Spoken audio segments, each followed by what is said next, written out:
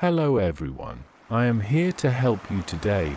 I know you use this video to fall asleep, so before that, like the video and subscribe to the channel. Also, where are you from and what time are you watching? Now get comfortable and relax. I arrived at the hotel 3 days ago feeling confident about my business trip. The lobby looked pristine with polished floors and stylish chairs was arranged in a neat row. The staff at the front desk wore matching suits and spoke in calm, measured voices. They took my luggage, escorted me to the elevator and told me my room was on the 11th floor. I remember checking my watch and thinking I had enough time to settle in before the networking event that evening. I felt focused and ready to make the most of this trip. That confidence started to fade on the very first night. I'm writing this because I need to get it all out. I don't plan to show it to anyone, but it helps me process what's happening. I want to stay clear-headed. I have one more night in this place and the feeling in my gut tells me to keep track of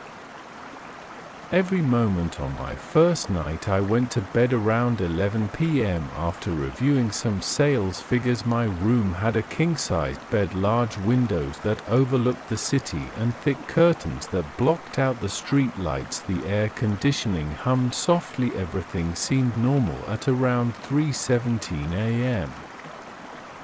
I woke up. I had this intense pressure on my chest, like a heavy object pinned me down. My eyes adjusted to the darkness and I saw shifting shadows on the ceiling. They looked too large to be a trick of the light from outside. My heart pounded so hard I could feel my pulse in my temples. My first thought was that I might be having a nightmare, but I felt awake. I could move my fingers. I tried to reach for the bedside lamp, but my arm felt weighted. The pressure eased after a few seconds and I turned on the light. The ceiling looked plain white, no shadows. I sat there breathing hard, drenched in sweat. The next morning I went down to the reception and asked if anyone else had reported strange occurrences. The manager on duty was polite but clueless. She said no one ever complained about weird noises or shapes in the room. I remember her expression. She didn't look worried. She looked slightly amused. I guess I seemed tired and stressed, and maybe she assumed I'd had a rough travel day. I left it at that and went about my business meetings. The second night it happened again. I turned off the lamp at 11:30 p.m. I'd had a glass of water before bed and felt calm. I checked my phone for messages, placed it on the nightstand and tried to sleep at 3:17 a.m.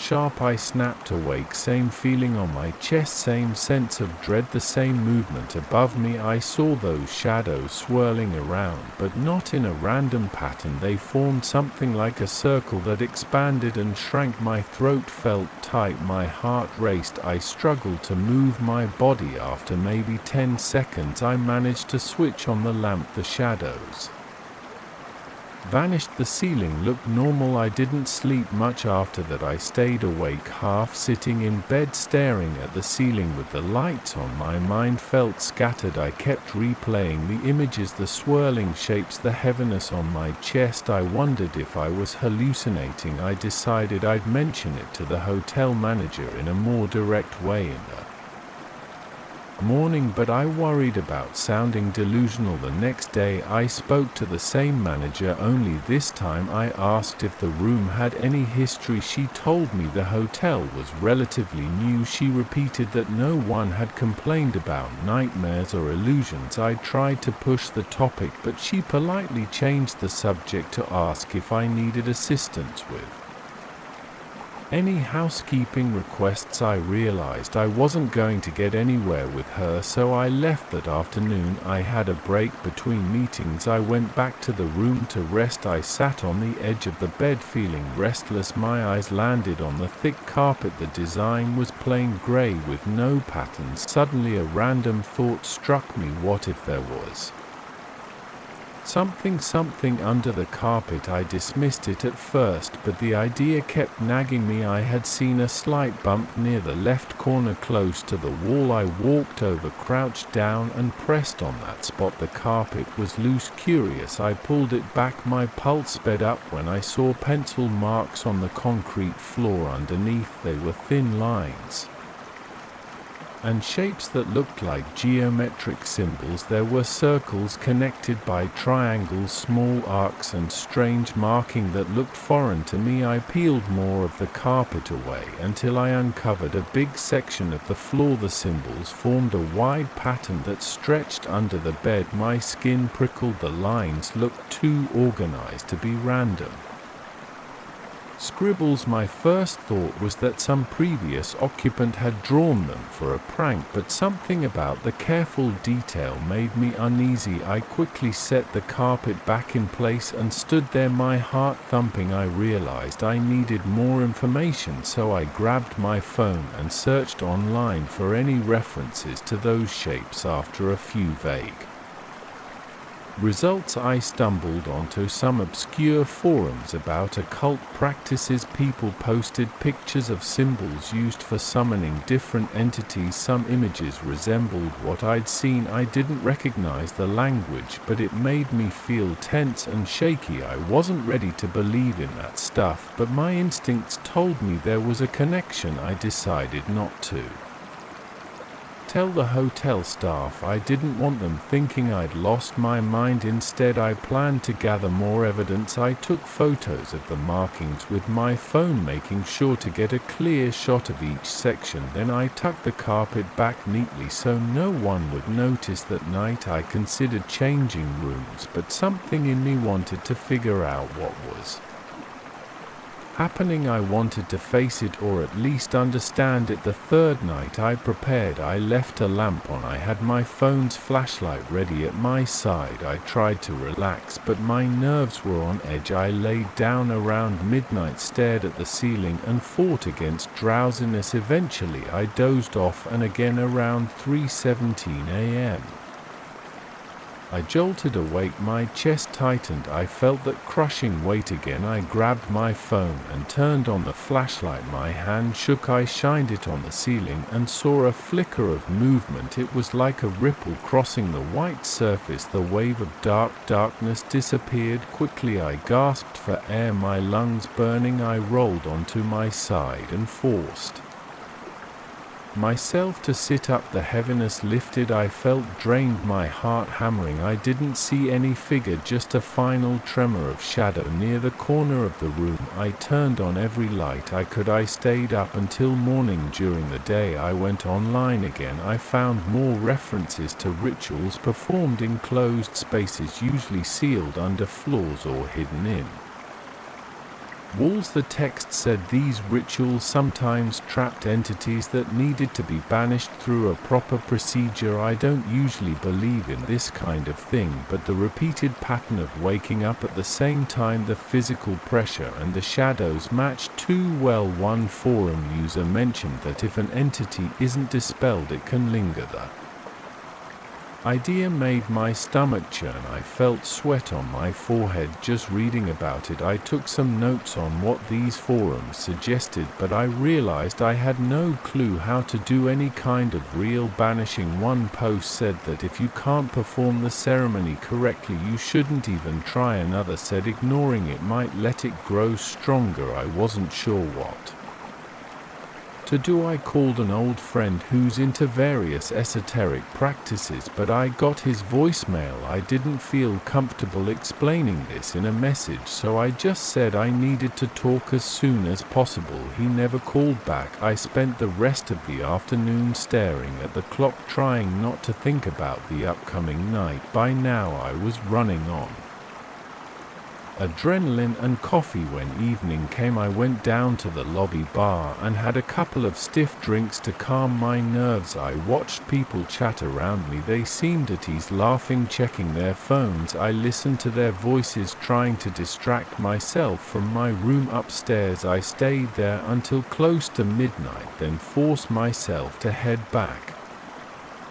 Up in the elevator, my fingers tapped the rail, my heart rate picked up the moment the doors opened onto the 11th floor. The hallway was quiet, the overhead lights flickered once, making me jump, but they settled. I walked to my door, slid in the key card, and stepped inside. I stood by the entrance for a few minutes, just listening. The air conditioning made its usual low noise. I could hear a faint hum of city traffic through the windows, nothing else. I told myself to gather my courage. I knelt by the corner of the room, lifted the carpet and traced the lines with my fingertips. The pencil marks felt smooth on the concrete. It gave me chills. Part of me wanted to grab something to scrub it all away, but another part worried that might make things worse. According to some of those forums, messing up a seal or a circle could release whatever was contained. I didn't want to risk that. I carefully replaced the carpet and stood up. I turned on every single light, including the bathroom one. I put the desk lamp on the floor, aimed at the bed. I sat in the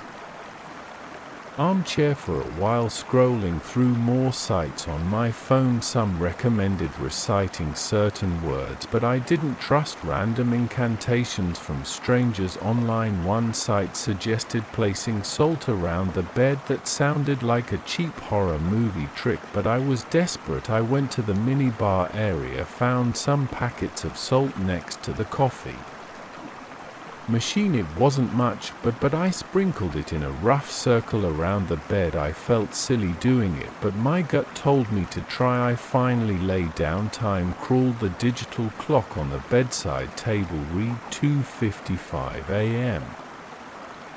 I stared at it, waiting. My mind felt jumpy, my muscles tensed. I squeezed the blanket in my fists. I noticed my breath getting shallow. I kept the lamp on. 3:10 a.m. approached. My heart slammed in my chest. I tried to keep my eyes open, but I drifted at 3:17 a.m. I woke with a jerk. The air felt thick. My chest tightened so badly it hurt. I forced my eyes open and saw the shadows swirl on the ceiling again. I tried to lift my arms. My limbs felt like lead. I managed to nudge my phone, but it slid off the nightstand and hit the floor. I felt a sharp ache in my chest, like a cramp squeezing my lungs. I made a choked sound. The swirl of shadows grew. I could see them forming an expanding ring in the center of the ceiling. I thought about the salt. I forced myself to look down at the floor. The circle was still there, but the pressure on my chest didn't ease. I pushed against the mattress with my palms, trying to sit up. My arms trembled. After a moment, I succeeded. My chest felt a little lighter. I grabbed the lamp from the floor, pointed it at the ceiling, and the swirling shapes flickered. For a second I saw something resembling an outline in the center. My scalp tingled. My hand shook so hard I almost dropped the lamp. Then it vanished. My breathing was ragged. Sweat covered my entire body. I stayed there, holding the lamp in my hand for the rest of the night. Now it's the next morning. I'm sitting on the bed with my laptop on my knees, typing this out. My flight leaves tomorrow afternoon and I'm supposed to stay one more night. I'm thinking about booking an earlier flight, but my pride is in the way. I keep telling myself there must be a rational explanation. But every night has been the same time, same crippling weight, same shifting shadows. I can't dismiss the symbols under the carpet. They're real. I've seen them with my own eyes. I've taken photos. I have them saved on my phone. I haven't spoken to the manager again. I might just leave without a word and never return to this hotel, but part of wonders if I should warn someone about the drawings on the floor. Maybe the hotel can bring in somebody to remove them, or maybe they'll just think I'm making it up. My mind keeps racing with these questions. I don't have answers, and I doubt I'll find them in the next few hours. Right now I'm exhausted. My hands are still trembling a bit. My mouth feels dry. I'm going to buy a large bottle of water from the lobby store, then maybe see if I can get some fresh air. I'll avoid the manager. I don't want any more polite smiles or dismissive comments tonight. I'm planning to leave every single light on, keep my phone in my hand, and try to stay awake if I can make it to sunrise. I'll get out of here. I'll pack my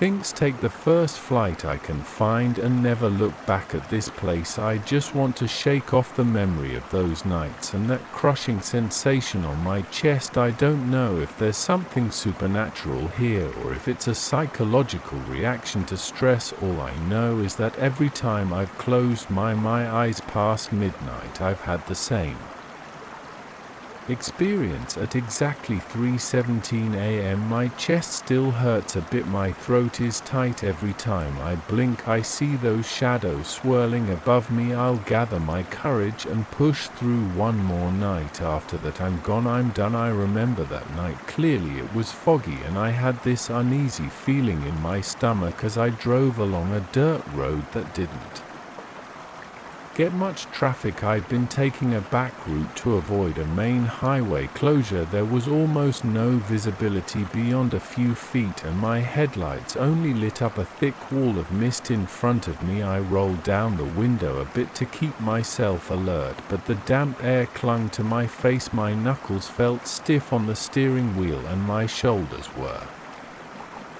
tense from leaning forward trying to see past the fog. I was on a straight stretch of dirt lined by tall trees that looked like dark silhouettes against the faint moonlight. The road was bumpy and every small rock or hole made my car jostle. I kept the radio off because I wanted to hear any sign of oncoming vehicles, although deep down I didn't expect to see anyone. Then I caught sight of a shape through the haze. I tapped the brakes and peered ahead. It looked like a person walking by the roadside. I slowed down until I was barely moving. My heart started to pound because I didn't see anyone out there before, and a pedestrian on this road in the middle of the night seemed odd. Through the blur of fog I could see an arm come up like a wave for help. I hesitated. I thought about just driving past, but part of me felt guilty. The figure was alone in the dark on a deserted road. I decided to pull over. The moment I brought the car to a stop, I realized something was off. The figure I saw was gone. I blinked a few times, rubbed my eyes and stuck my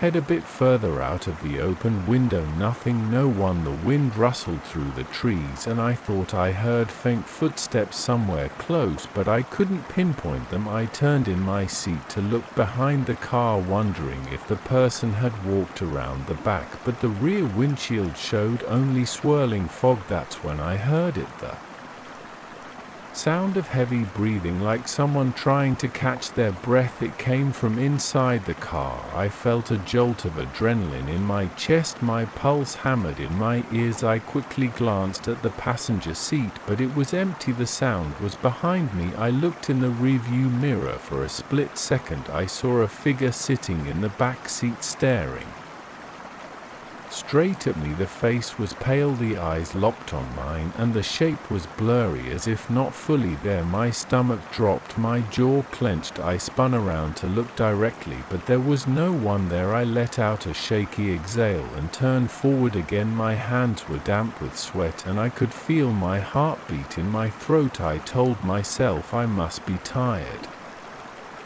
or my eyes were playing tricks on me. I tried to steady my breath. Then I heard that breathing again, slow and rough, like someone was exhausted. I glanced at the mirror. Nothing. I kept the engine running and the car idled in a low rumble. I could feel the seat vibrate under me. I decided to move on. I didn't want to stay in that spot. I eased my foot onto the gas. The wheels spun a little in the loose dirt, and I kept an eye on the mirror. My reflection looked tense, and I felt a chill. Even though the night was humid, the temperature in the car seemed to drop. My arms broke out in goosebumps. The air smelled stale. I switched on the heater, but the vents blasted only lukewarm air. That heavy breathing grew quieter, like it was receding into some corner of the back seat. As I drove, I fiddled with the radio, hoping some music or even static would calm my nerves. The display flickered and crackled, then cut out completely. The digital clock on the dashboard started to flash random numbers before going blank. A wave of dread sank into my gut. My eyes darted back to the rearview mirror. I saw a quick flicker of movement behind me, a kind of silhouette, but it vanished. I felt my scalp prickle with fear. My entire body was rigid. I tried to shake it off by focusing on the road. My headlights lit up the dirt track and the fog swallowed everything else. The trees on both sides seemed to press in my tires, crunch the gravel, and I could hear the occasional knock of a small rock bouncing off the underseat carriage. But my mind kept drifting back to that presence in the car. I kept telling myself I was being paranoid. Suddenly the steering wheel jerked in my hands like someone grabbed it. I yelped and yanked it back. The car swerved for a second and I managed to straighten out. My heart pounded even harder, my breathing turned shallow, and I felt a tremor in my legs. I let out a shaky laugh, trying to calm myself. Maybe I'd just hit a rut or a stone in the road. Still, I couldn't ignore the sensation of a force on the wheel. I wiped sweat off my forehead with my sleeve and adjusted my grip. My mouth was dry, so I reached for the bottle of water in the cup holder. I took a swig, noticing how quiet the cabin was now. Even the breathing seemed gone. That silence felt unsettling. It was so complete that my own gulping sounded loud. I replaced the bottle and checked the mirror again, empty. But then the hair on my arm stood up and the back of my neck went cold. I felt as if someone was right behind me, leaning forward, watching me. I could almost feel a faint pressure near my shoulder, like a cold breath. I pressed the gas pedal harder, wanting to get away from whatever was happening. The car bumped along, and I gripped the wheel until my forearms ached. I kept my eyes forward, but I couldn't stop glancing at the mirror each time. I expected to see that figure's face. My shoulders felt tight and my hands were cramping. The heater started sputtering. The air that came out turned icy cold. Even though I had it set to high, my teeth chattered for a second. The cabin smelled different now, kind of musty, like damp earth. I reached down to turn off the heater, completely hoping that would help. As I did, I noticed the radio display flicker back on, but it showed a random station number I didn't recognize. A burst of static hissed through the speakers, then a low moan. It didn't sound like a song, it sounded like a person in pain. I swore under my breath and turned the volume down until it was silent again. Everything felt surreal, but also immediate. My hands kept trembling. My heart wasn't slowing down. I was desperate to see another car or a house or any sign of normal life. The fog made it impossible to see far. The lights on the dashboard were still glitching, occasionally flashing or dimming. My phone was on the passenger seat, but there was no signal out here. I slid it into my pocket, feeling no comfort from having it. I started thinking about turning back. Maybe I needed to go back to that spot where I'd seen the hitchhiker. It didn't make any sense, but I felt this weird pull. Maybe that was the only way to get rid of this presence. The idea of turning around in the middle of the road made me nervous, though I envisioned myself stepping out of the car, turning around, and seeing a figure standing behind me. My stomach twisted. I stayed in my seat, fighting the urge to slam on the gas and drive until the road ended. After a few minutes, I forced myself to slow down. I looked at my fuel gauge, half a tank, enough to try something. I took a deep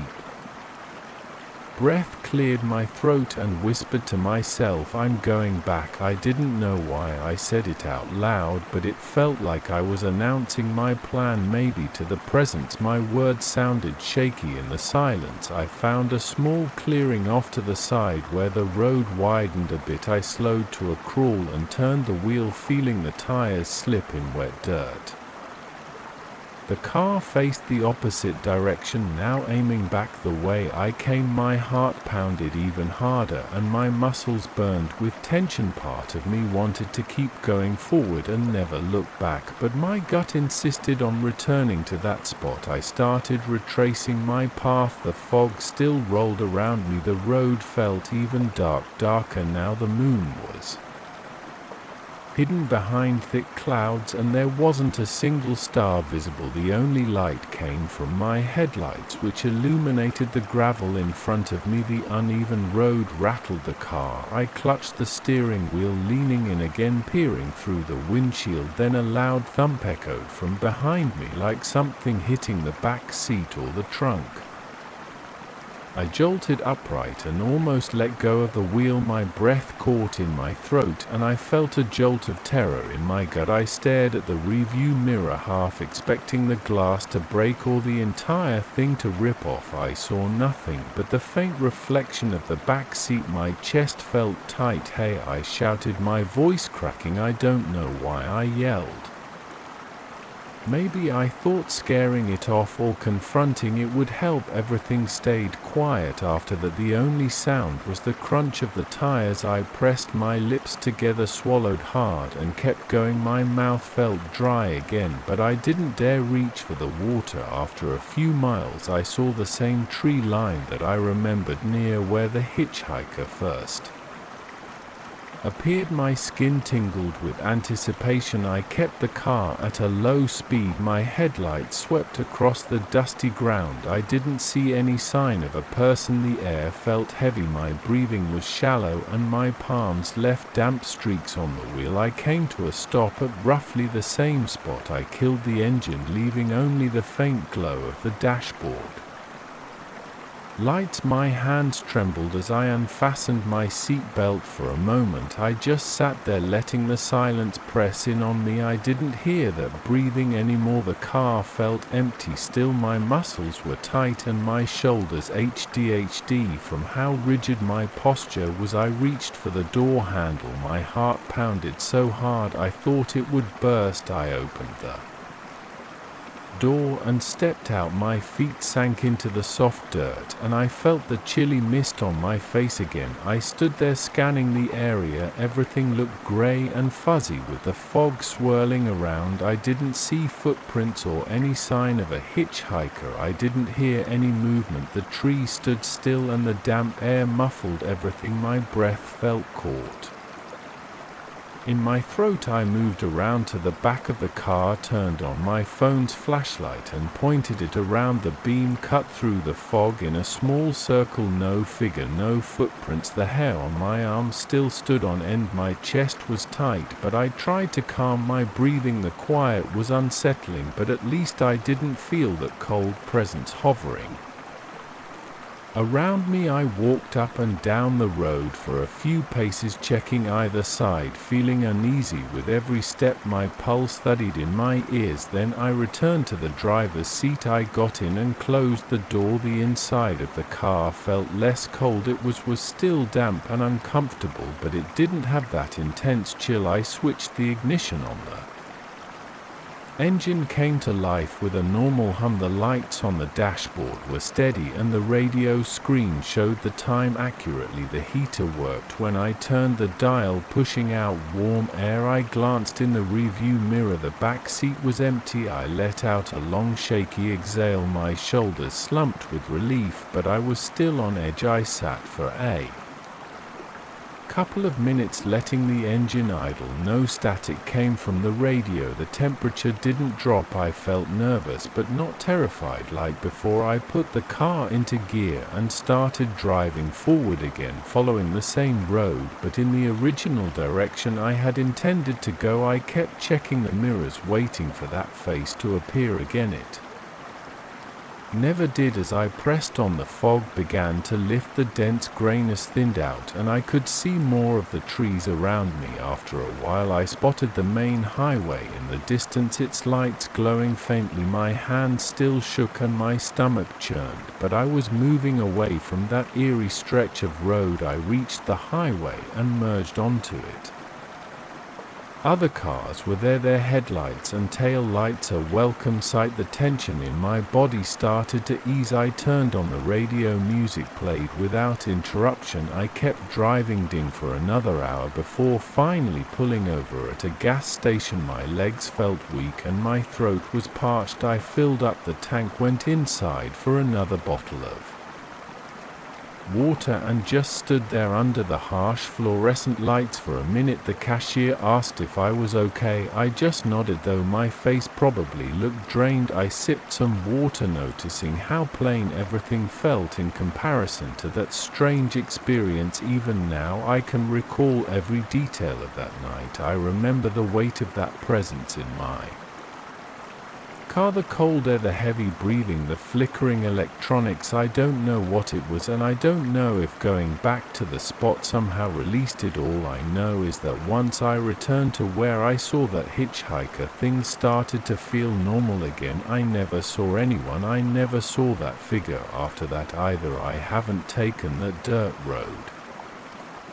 since I stick to highways and well-lit routes, even if it means a longer drive. Sometimes when I'm driving at night, I catch myself checking the rearview mirror a little too often, expecting to see that pale face staring at me. I still feel the pinch of dread in my chest when I pass through foggy areas, but I try not to think about it too much. It doesn't help to dwell on it. That's all that happened. I won't forget it anytime soon. It still makes my heart race when I talk about it. I can't explain it and I don't like to guess, but I'm certain of one thing: something joined me in my car that night, and it left only after I went back to that lonely patch of road. I haven't told many people because I'm not interested in arguments about what I might have seen. I know what I experienced. I felt it on my skin and in my bones, and that's enough for me. I walked into that boarding house with my head low, my mind focused on my empty wallet. I just needed somewhere cheap, somewhere I could rest without spending more than I had. I never cared about the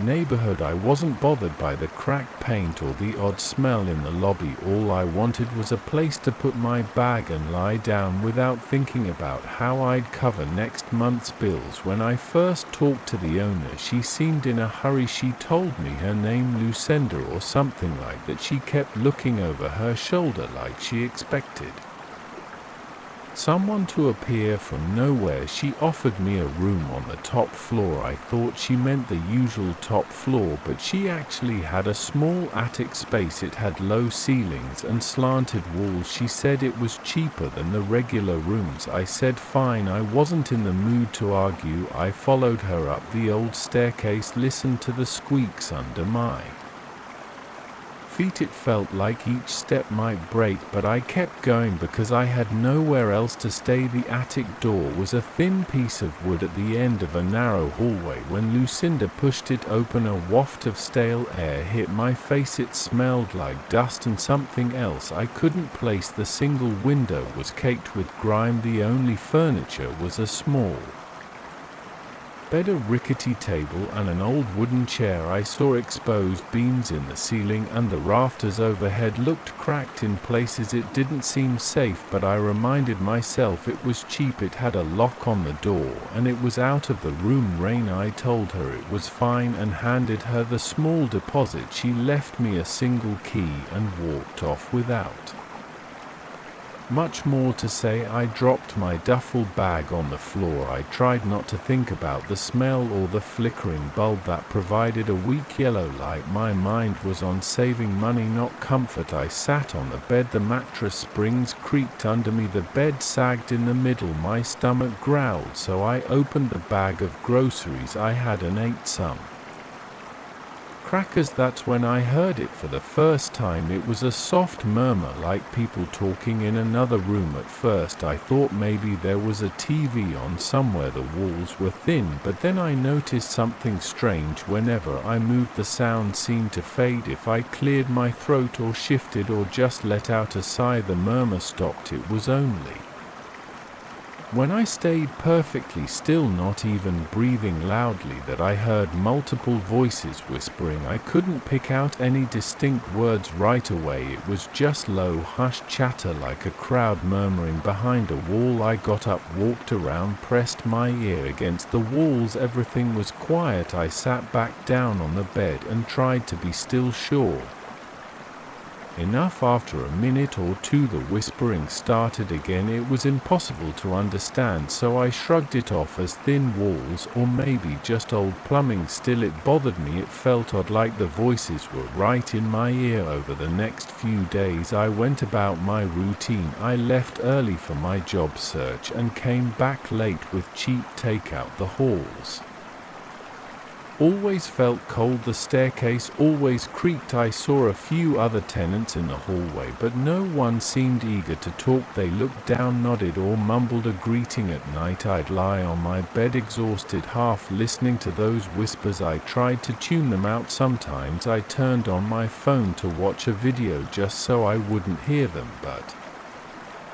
eventually I ran out of data and the building's Wi-Fi never worked right, so I was left in the silence of that attic, hearing the voices come and go. One evening I decided to see if I could catch any real words. I turned off the single overhead bulb, making the attic dark. I settled on the bed and tried to stay as quiet as possible. My heart was thumping, because the idea of listening to these mystery voices made me uneasy, but I did it anyway. I stayed still until I felt an itch on my arm. I ignored it. I kept my breathing shallow. After a while I heard them again. At first it was just that same murmur, a jumble of voices, but as I remained quiet I began to hear fragments of sentences. Somebody was saying something about the time has passed. Another voice was talking about the shift. Then there was a voice that sounded urgent, talking about him or he or something like that. I thought it might be about someone else in the building. Then I heard my own name clear as day. It felt like a jolt in my chest. I froze. My eyes were wide open in the dark, staring at nothing. Nobody in this building knew me well enough to mention my name. I barely gave it to the owner, and she had trouble even pronouncing it, yet here it was spoken in that hushed, tense way. I felt goosebumps run down my arms. I wanted to say something, but I was afraid that if I made a noise the voices would vanish. I forced myself to keep still, heart pounding. I heard more phrases, but they were broken up. Something like "he needs to see" and "or it will keep going." Then everything went silent. I waited a few minutes, no more whispering. I finally exhaled and realized I was shaking. I turned the light on and paced around the attic, trying to make sense of it. The next day I kept telling myself it was just stress, or maybe neighbors talking about someone else with my name, but I couldn't shake the feeling that it was directed at me. Late that evening I decided to explore the attic a little more. I slid aside the small wooden chair and climbed onto it so I could inspect the rafters overhead. The wood was dusty, spider webs were clinging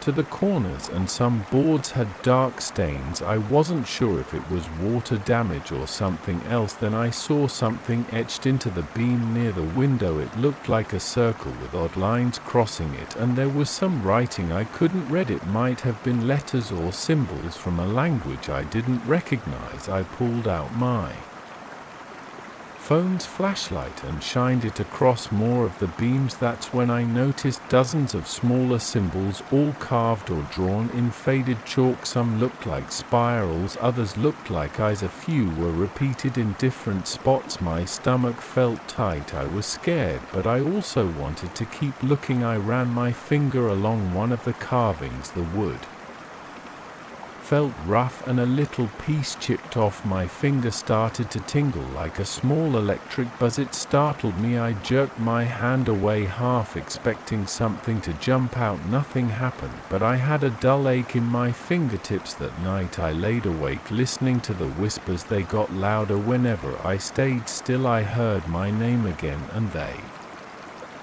Said something about opening the door or breaking the chain, but I couldn't be sure. It was as if multiple people were in the room whispering around me. Every time I tried to speak, the voices would stop, then my heart would race and I'd break into a sweat. I would lie there in the dim light just trying to keep my breathing steady. The following morning, I asked Lucinda about the attic's history. I didn't mention the voices, I just asked if there had been any previous tenant who might have left behind weird carvings. She seemed irritated that I was bothering her. She said something about the attic being used for storage. She claimed she didn't know anything about carvings. I could tell she was lying, because her voice trembled and she wouldn't look me in the eye. I didn't push the subject, I just backed off and went about my day. Over the next week the voices became more distinct. They kept mentioning certain names I recognized from my past, old friends, old enemies, even the name of a place I used to work. My chest felt tight every time I heard that.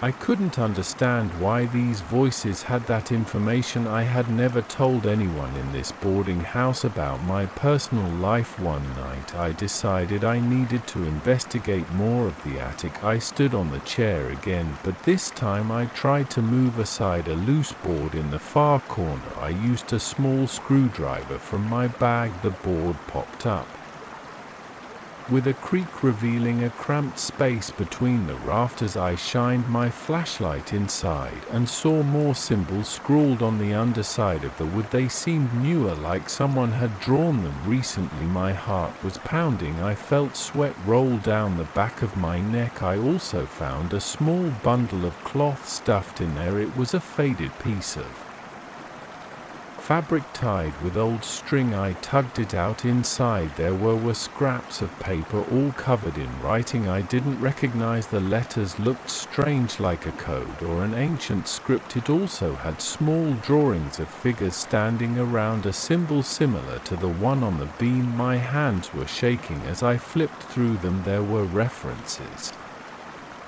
to echoes and past voices. One line in English said they must be heard to be freed. Another said if you do nothing you join them. That made my stomach cleanse. My breathing grew shallow. I was alone in that attic, crouching under a beam, reading these disturbing messages. I felt cold air on my arms. I heard a faint creaking from somewhere above me, though I couldn't see anything move. I set the bundle down and tried to calm myself. The air felt thick, like it was pressing on my chest. I picked up the bundle again and shoved it in my bag. I was determined to ask someone about this stuff, but I didn't know who. Later that night the whispers came back stronger than ever. I turned off the light, laid on my bed, and stayed as still as I could. The voices sounded agitated. Some were almost hissing, others were sharp, like they were angry. I heard them say my name several times. They said he found it and he must do it now. My heart was hammering, my breathing was fast, and sweat trickled down my forehead. I clenched my jaw, not sure what to do. I rolled over, switched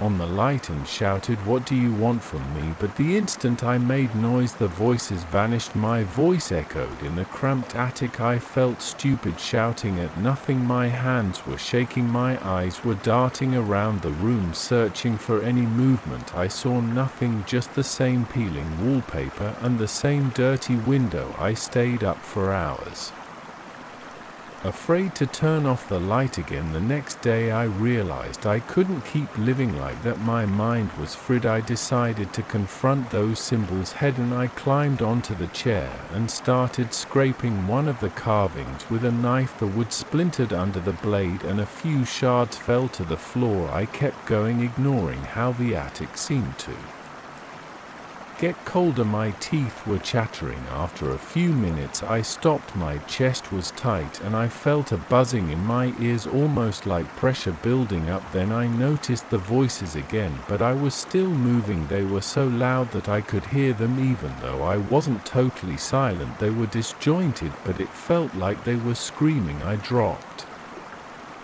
the knife and stepped back, my head pounding. I grabbed my bag and rushed out of the attic, my footsteps echoing in the hallway. I stayed outside for a while, just breathing in fresh air. My heart was racing, my hands shaking. After I calmed down a bit, I went back in, not knowing what else to do. I couldn't afford another place. The boarding house was all I had that night. I decided to set my phone to record audio while I tried to sleep. I placed it near the center of the attic, made sure it was fully charged, and hit record. I laid on the bed and tried to relax. The voices started up. After a few minutes, I heard them mention my name repeatedly. They said something like, "He must break it," or "He must open it." It was always unclear. They also mentioned the bundle, called it the key. I felt my body trembling, my breath was unsteady, and I stayed perfectly still so I could record every word. In the morning, I played back the recording. I heard myself breathing, the bed creaking, and then faint whispers. I turned the volume all the way up. I could make out a few words: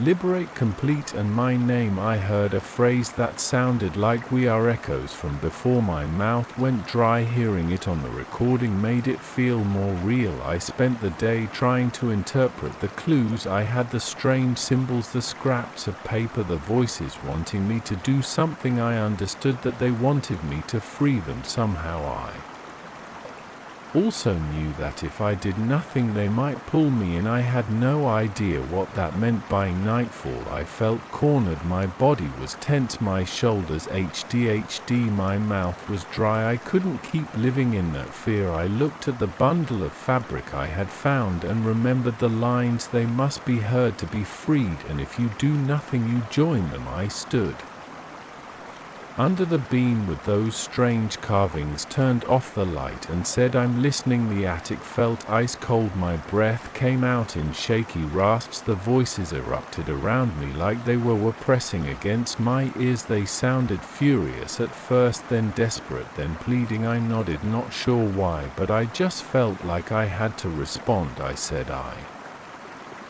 accept," without knowing what I was accepting. The murmuring rose to a roar, then died down. I turned the light on. My heart was pounding so hard it hurt. I looked up at the beam. Most of those symbols were still there except for the one I had scraped. I didn't know what to do next. The voices stayed silent. After that I stood there for a while waiting for something else. Eventually I got in bed, stared at the ceiling, and tried to sleep. The next morning I woke up feeling drained. I heard no whispers. I checked the rafters. The symbols were the same. I took the bundle of papers and placed them on the small table. I felt a bit calmer, though I had no real explanation for any of this. All I knew was that the voices had quieted for now, and I still couldn't leave. I needed that cheap room, but I had the sense that something changed. Maybe I agreed to help them, maybe I accidentally agreed to let them pull me in. I'm not sure. I just know that every now and then when I'm totally quiet I still hear those voices. They're softer, like they're watching, waiting for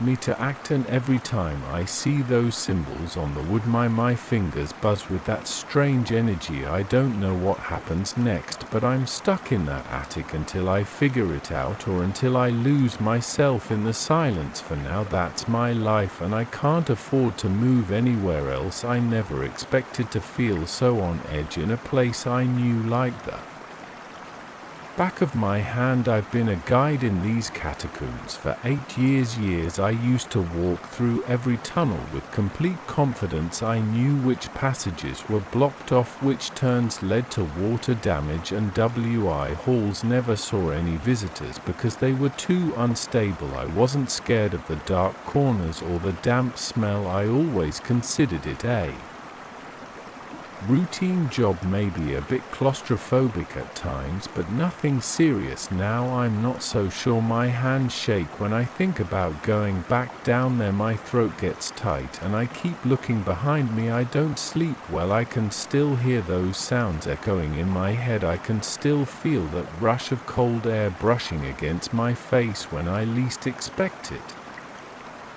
It's like something's breathing in the darkness. I can't shake the feeling that I've crossed a line and seen something I wasn't supposed to see. I started noticing strange things about a month ago. I was taking a small group through the usual tourist path, pointing out old carvings and explaining the history. I tried to keep it engaging. Then I heard what sounded like a faint scream somewhere off to my right. The group didn't react. I thought maybe it was my imagination or maybe a trick of the echo from a separate tour group, but the sound got louder in my head like a muffled wail. My stomach tightened and I forgot a few lines of my usual script. I took a moment to breathe and continued with the tour, but I couldn't ignore the sick feeling it gave me. After the tour ended, I walked back to that section by myself. I stood there, flashlight in hand, listening. I heard nothing. The air was stale and the silence seemed to press in on my ears. I felt uneasy but told myself it must have been a random echo. Still, I went home with a headache that night.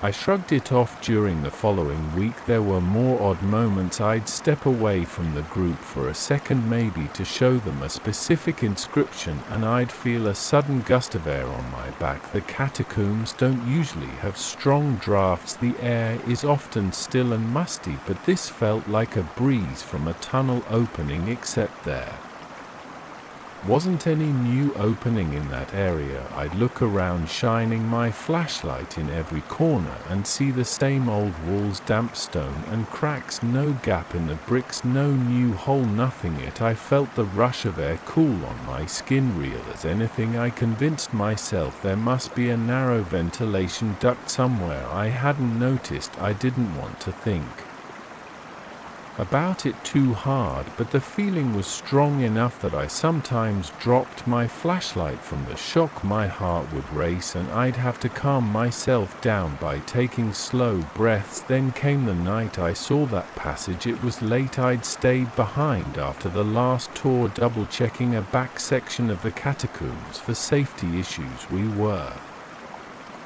scheduled for a larger group the next morning, so I wanted to make sure everything was stable. Most nights I feel fine in the tunnels. Even when I'm alone, that night felt different. The light seemed dimmer and my steps echoed with a hollow ring that made me tense up. My pulse throbbed in my neck. My eyes kept darting toward corners I normally never gave a second thought. I kept hearing faint shuffling noises behind me, like feet dragging on stone. I shone my flashlight over my shoulder more times than I want to admit, but I never saw anything. I was about to wrap up and head back to the main exit when my flashlight beam caught something unusual. It looked like a small archway on the left side of the corridor, in a spot that had always seemed like a solid wall. I'd never noticed any sign of an entrance there. The stone looked old, worn and covered in dust, but the shape was clear. There was an opening maybe 3 feet wide, arching upward about 6 feet high. I stepped closer, heart racing, and wiped some of the grime away with my sleeve. Below the arch I saw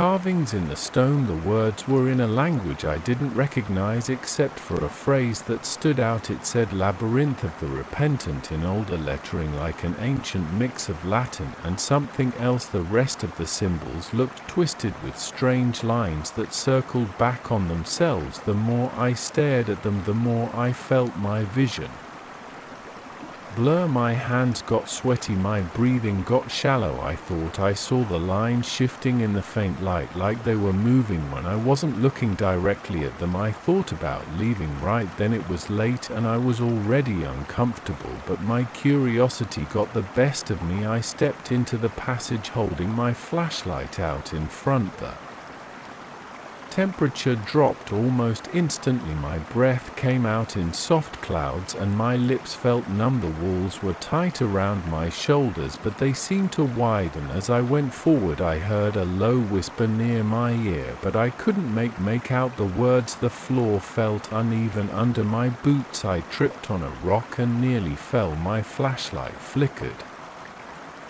Casting wild shadows on the walls, I smelled damp moss and something sharp like sulfur. The space opened into a small chamber with more of those inscriptions on the walls. They all had the same style, curving lines that seemed to slither across the stone. My heart pounded so hard I could hear the blood rushing in my ears. I noticed a door on the other side of the chamber. It was made of old wood reinforced with iron. The hinges looked rusted, but the door stood firm as though it had never been touched. I pushed on it and it gave a soft creak. A draft of air came through, cold enough to make my eyes water. I took a step back. Something about that door felt wrong. My chest felt heavy and my stomach knotted. I thought about turning around right then, but I couldn't ignore the strange pull. I felt like a pressure behind my eyes that urged me to keep going. My flashlight flickered again. I took a deep breath and walked through that door, ignoring the tightness in my chest and the sweat on my neck. The corridor beyond was narrow, but the floor was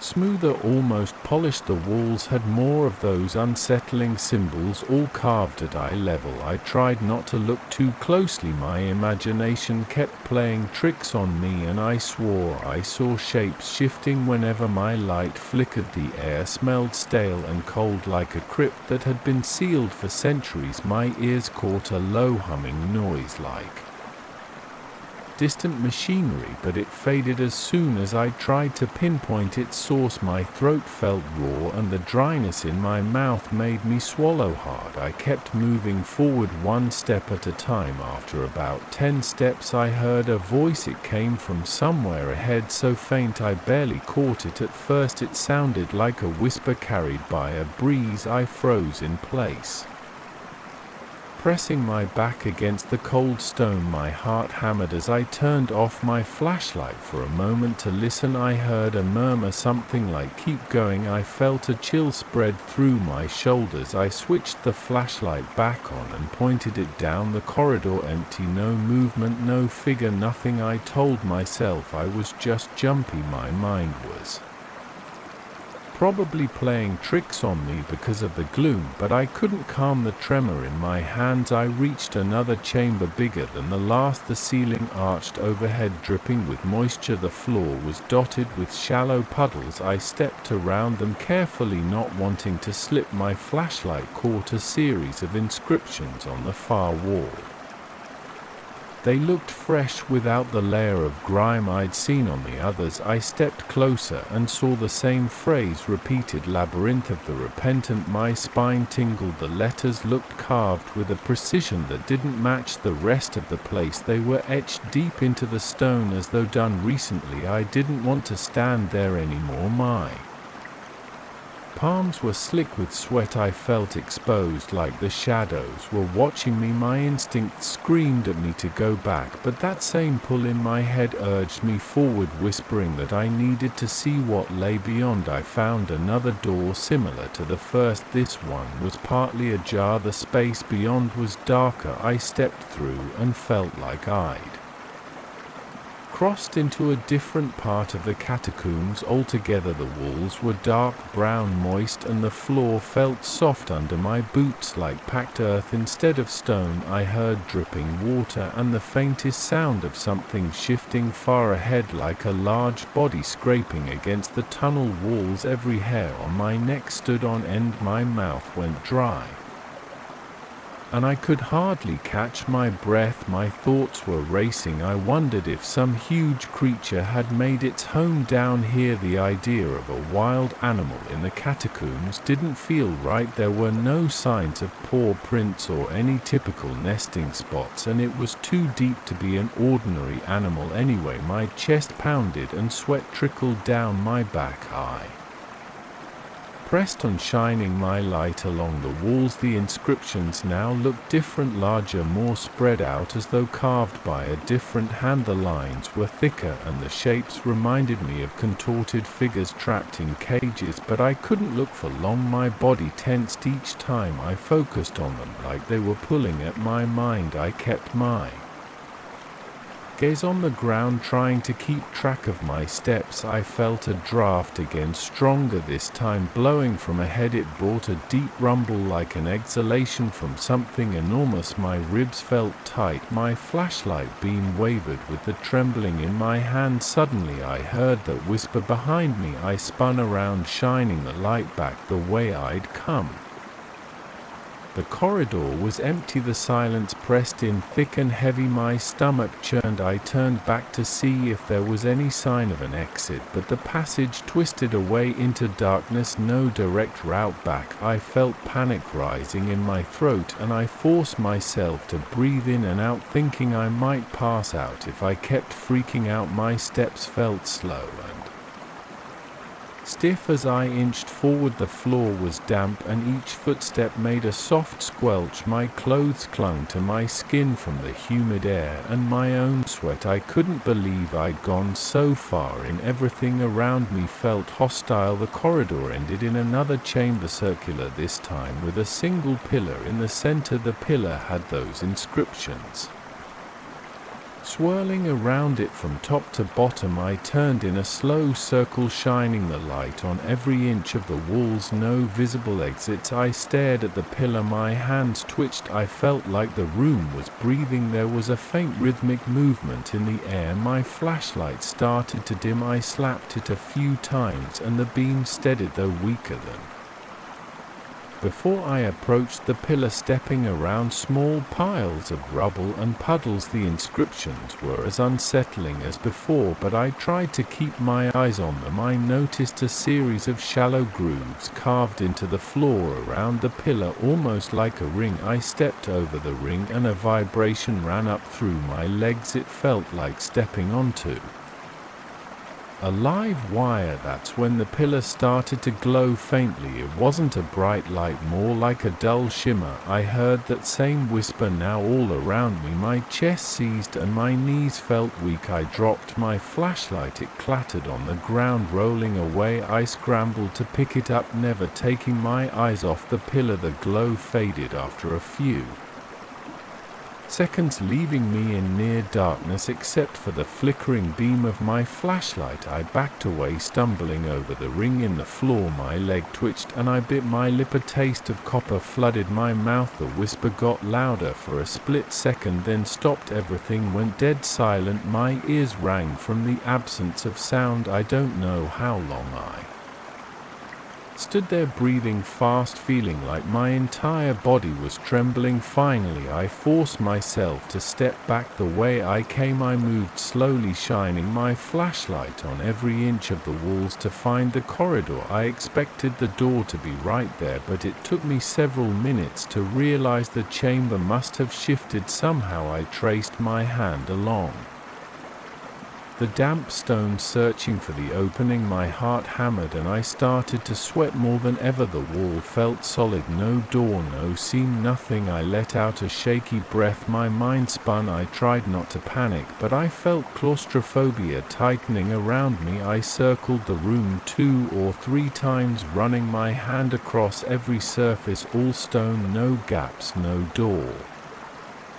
Eventually I found a small crack in the far side of the room. I put my shoulder against it and pushed. It shifted, making a grinding noise. My heart lifted. For a second I shoved harder and a piece of the wall slid open about a foot. I squeezed through, scraping my arms on the rough stone. My flashlight beam danced over a narrow tunnel. I followed it, feeling relief with every step away from that chamber. My breath rasped in my ears, and I just wanted to get out. After several minutes, the tunnel opened into a passage. I recognized the old bricks and dripping ceiling told me I was near the main corridor we sometimes blocked off for safety reasons. I let out a sigh and rushed down the path, finally recognizing markers we had placed on the walls. My boots kicked up dust as I pushed forward, ignoring the dull ache in my legs. I found the main corridor, then followed it to the exit. I broke into a near run. I didn't stop until I was outside under the dim light of the lone security lamp near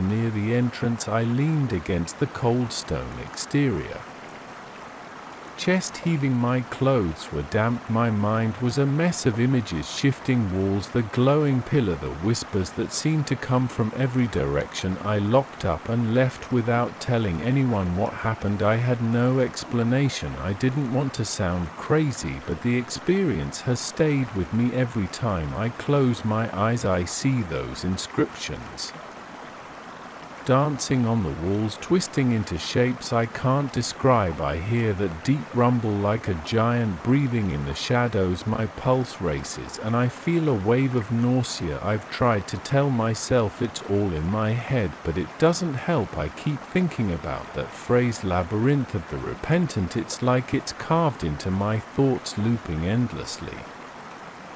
Now each day I guide tourists. I avoid that section of the catacombs. I stick to well-lit tunnels and familiar rooms, but I can't ignore the sense that there's something else down there. The air feels charged like static before a storm. The walls seem closer than they used to. Sometimes I swear I see cracks in places that used to be smooth. My flashlight flickers now and then. I hear faint echoes of what might be distant footsteps. I pretend not to notice, but it sets my nerves on edge. I'm still trying to decide whether I'll ever go back to that hidden passage. Part of me wants to seal it up to make sure nobody else stumbles across it, but another part of me feels that strange pull again, urging me to return to see what else lies deeper inside. I've stood at the entrance a few times after closing, gripping my flashlight, debating whether to push forward and confront whatever's there. Each time my palms get sweaty and my mouth goes dry. I picture that cold corridor and the heavy darkness pressing in on me, and I walk away. The catacombs used to feel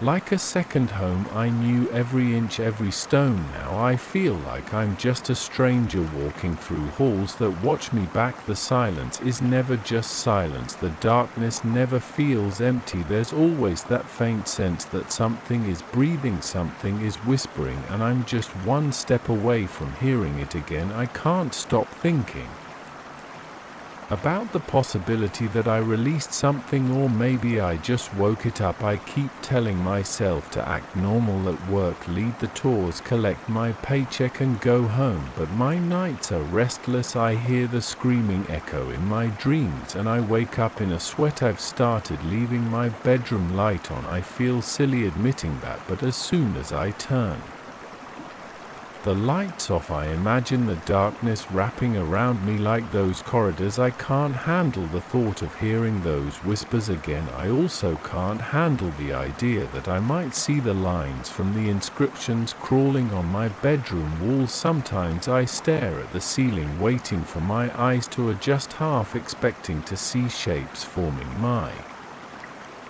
heart races and I have to remind myself I'm at home, not in those passages. Yet the memory of that cold air and those moving shadows never leaves. I've thought about quitting my job, but I need the income and I'm not sure leaving would fix anything. The fear is in my head. The sense of being watched is always there. I haven't told my co-workers. They'd laugh or think I'm cracking under the stress of the job. Some might believe me, but I doubt it. The company that employs me wouldn't want rumors of something hidden in the catacombs scaring away tourists, so I keep it to myself. I show up, smile and guide groups through the safe zones. I warn them not to wander off. Inside I feel my stomach tighten every time someone takes a step too close to an uncharted tunnel. Tonight I'm sitting at home staring at my keys and thinking about the next shift. My hands shake a little, my pulse thuds in my temples. I can't stop replaying those moments, the breeze on my neck, the strange voice telling me to go deeper, and the feeling that something ancient waits behind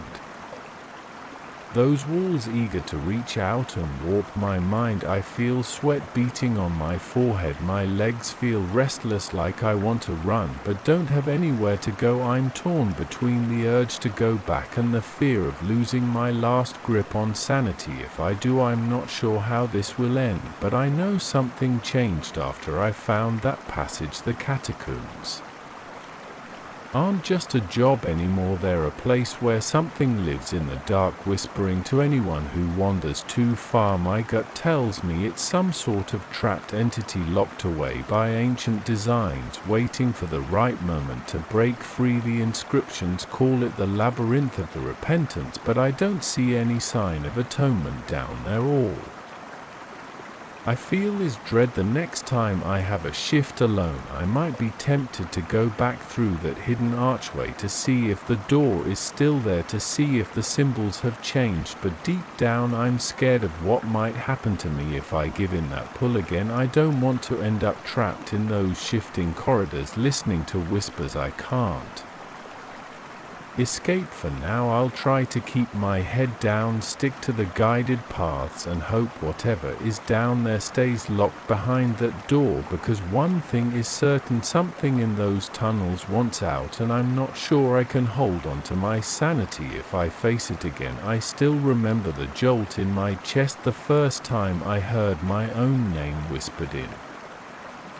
an empty hallway. I had just moved into this attached house a few weeks earlier, and I thought I knew every strange corner of the place. I was wrong. I never planned to live in a house with such a peculiar design. The real estate had showed a standard layout, but I quickly noticed the unusual slope of the staircase and the cramped space underneath it. The agent said it was a storage area, nothing more. I didn't think much about it until I started cleaning and found that old tape recorder. When I plugged it in, the tape recorder made a soft click when I pressed the play button. At first I heard static and faint humming, then a voice spoke. It was muffled and had that weird warbling you get with old recordings. October 12th, the person on the tape said footsteps in the hallway again. I heard them around midnight. They stopped right outside my bedroom door. I paused the tape, feeling a slight tension in my stomach. I glanced around my new living room. It was broad daylight and the windows let in a lot of sun. Nothing felt strange at that moment, but the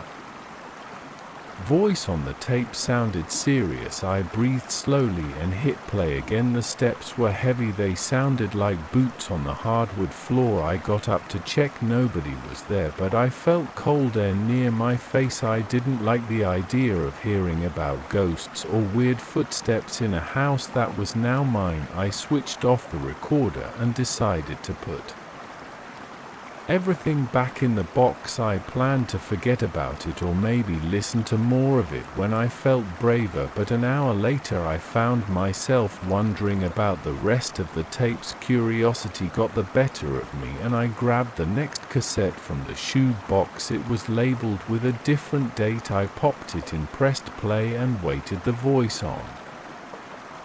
This tape sounded different. It was deeper, almost panicked. November 3rd, it said door slammed in the middle of the night. I tried to open it, but it was locked from the inside. Then I heard my name coming from somewhere behind me. I felt a little shaky. I realized I was leaning forward, elbows on my knees, staring at the tape recorder. I pictured that scenario in my head. It sent a small chill through my arms. I rubbed my palms together, trying to calm myself. Then I heard a tapping noise. It came from the wall behind me. I froze and turned around. The wall looked solid. I stood up and walked over, pressing my ear to the plaster. Nothing. It was probably the house settling, maybe the neighbor. It was a semi-detached property. After all, the walls were shared, but the timing freaked me out. The tape talked about a door slamming, then I heard taps on the wall. I had an uneasy feeling, but I played the tape again. The deeper voice described something else. I keep hearing that same voice in the hallway. Last night it whispered, "Come here," but it sounded like it was right next to my ear. I pressed to stop and exhaled. My living room was quiet. I felt the hum of the refrigerator in the kitchen. I heard a car drive by outside. Everything seemed normal. I told myself I was overreacting. I rewound the tape to see if I had missed anything. Then I noticed something else in the background, a faint thumping. It was softer, than the voice, but it was there. My skin prickled. I switched off the recorder again and got up. I thought I might be scaring myself, so I decided to go outside for some fresh air. I stepped onto the front porch and leaned on the railing. The street was quiet. The neighbor car was parked a few feet away. A cat wandered across the sidewalk. I stayed out there a while, just breathing and trying to steady my heart rate. I told myself these tapes were probably some old recordings from previous tenants or some personal project. Then I remembered the tapping on the wall. It had lined up too well with the tape. The thought kept swirling in my head. Later that evening I ordered some takeout and ate in the dining room. I noticed how creaky the floor sounded, but I tried to ignore it. The house was older. After all, I had to accept that. After dinner I felt restless. I wanted to check the rest of the tapes. I'm not sure why. Maybe I wanted to get it over with. I fetched the shoe box from the living room and took it up to my bedroom. I sat on my bed with a small lamp on. The rest of the room was dim. I held the recorder and the next tape labeled November 10th. When I pressed play, a new voice spoke. This one sounded female. I noticed the closet door was open again. I always keep it locked. Now it's wide open. I swear I locked it before bed. I heard a sharp intake of breath on the recording. Then she spoke again.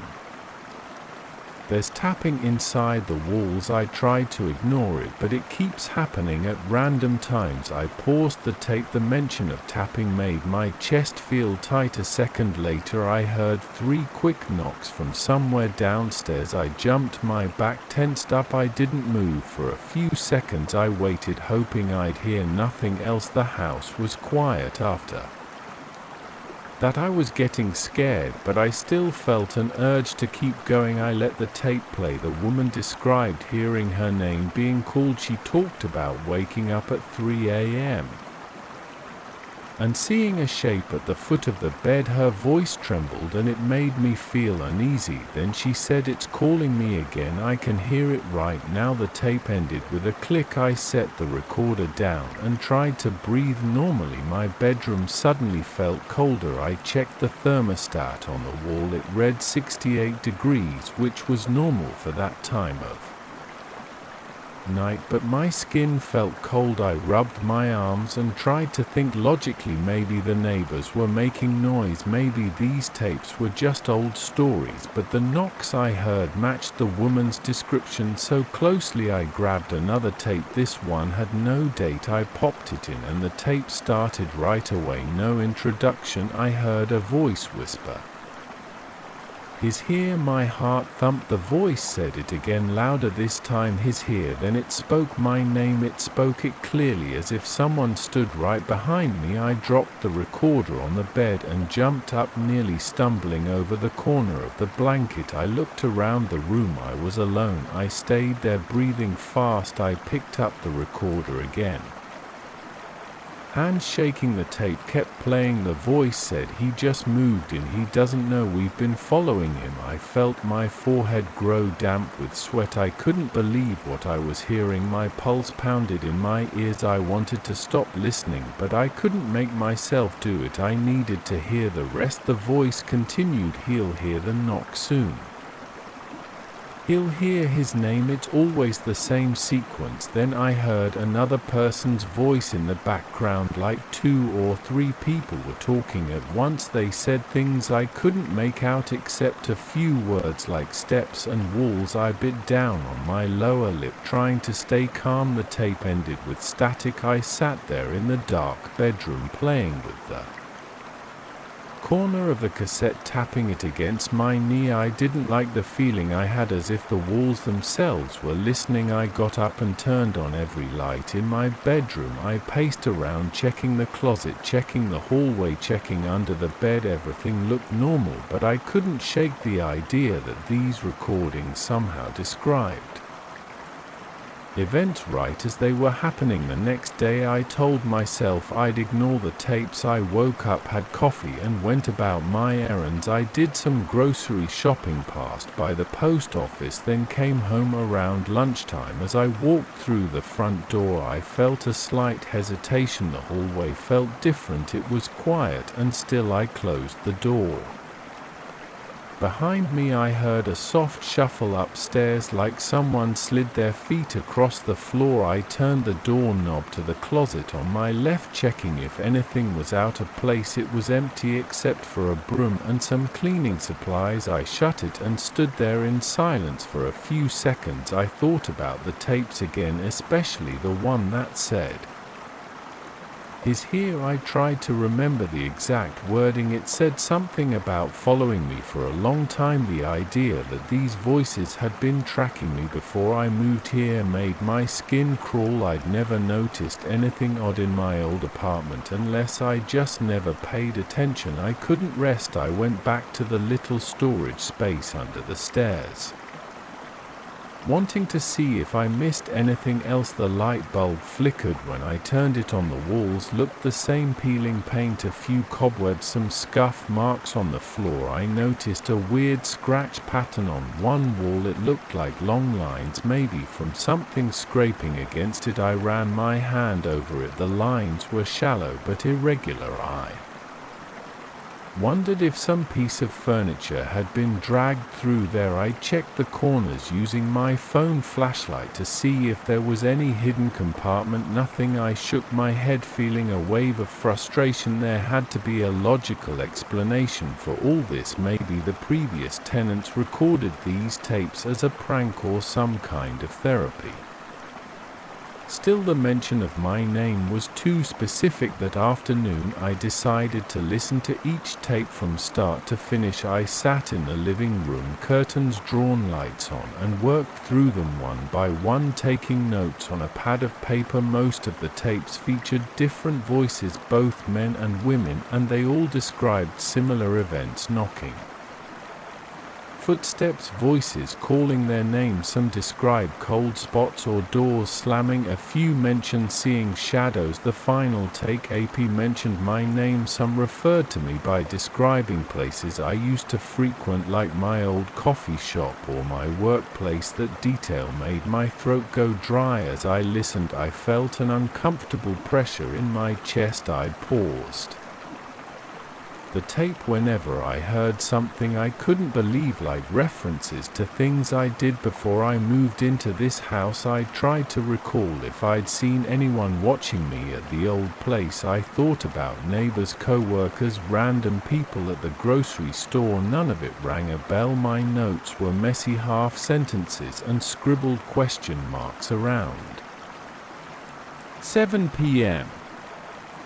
I paused to grab a bite to eat. I went to the kitchen, fixed a sandwich, and leaned against the counter. I heard movement in the living room, a subtle shifting, like someone brushing against the couch. When I went back to check, nothing looked disturbed, but the air felt heavy. I didn't hear anything else, so I sat down and forced myself to finish the last tape. It started with another voice I didn't recognize. Then I heard shuffling, like the recorder was being moved around. A person spoke my name again. Then he said he's listening to this right now. I stopped breathing for a second. Then I heard a faint click, like a door being opened on the recording. The voice continued, "Look behind you." I froze. I started around the living room. I felt my grip tighten on the recorder. I slowly turned my head and looked behind me. Nothing, just the wall in the hallway leading to the kitchen. My hands were slick with sweat. I turned off the tape. I couldn't do it anymore. I sat there, heart pounding. I tried to focus on what to do next. I considered leaving the house, but I didn't know where else to go. I had just moved here, and I didn't want to run off just because of some creepy tapes. I paced around the living room. My legs felt jittery. Each step made the floor creak. I opened the curtains to let in the fading daylight. Outside, the street was empty. A neighbor's porch light was on. It made me feel a little Less alone that night, I went to bed with every light in the hallway on. I heard a few thumps here and there, but I didn't investigate. I stayed under the covers, staring at the ceiling, waiting for morning. The next day I explored every inch of the house. I checked the attic, the basement, even the crawl space under the back porch. I found nothing unusual.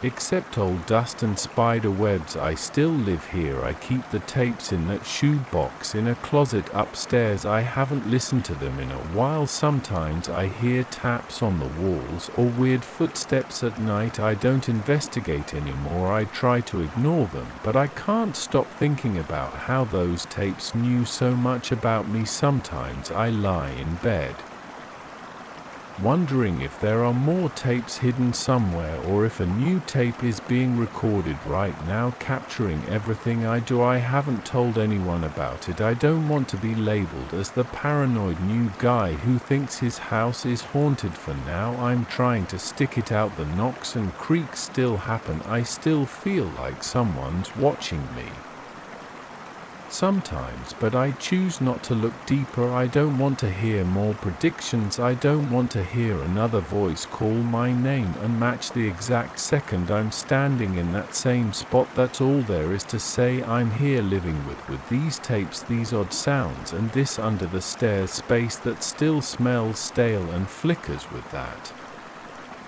old light bulb. I wish I had never pressed play in the first place, but now it's too late. If the tapes are right, there's more in store. The only question is whether I'll ever have the courage to listen again. I first heard the rumors about those caves when I was sitting in a small diner near the foothills. A local man mentioned strange echoes in one of the deeper caverns. He said the sound sometimes repeated parts of a person's speech, but not in the usual way an echo does. I remember how he leaned forward over his coffee cup and said that place isn't right. His face looked pale, like he'd seen or heard something that wouldn't let go. I felt a tightness in my chest just from the way he said it. Still, I wanted to see those caves for myself. I'm not big on superstition, and I never like being scared off by vague warnings, but I can't deny I felt a spark of unease. Something about his eyes told me he wasn't making it up. The first time I approached the mountains, I parked my truck in a clearing. The air was cool and the slope looked steep ahead of me.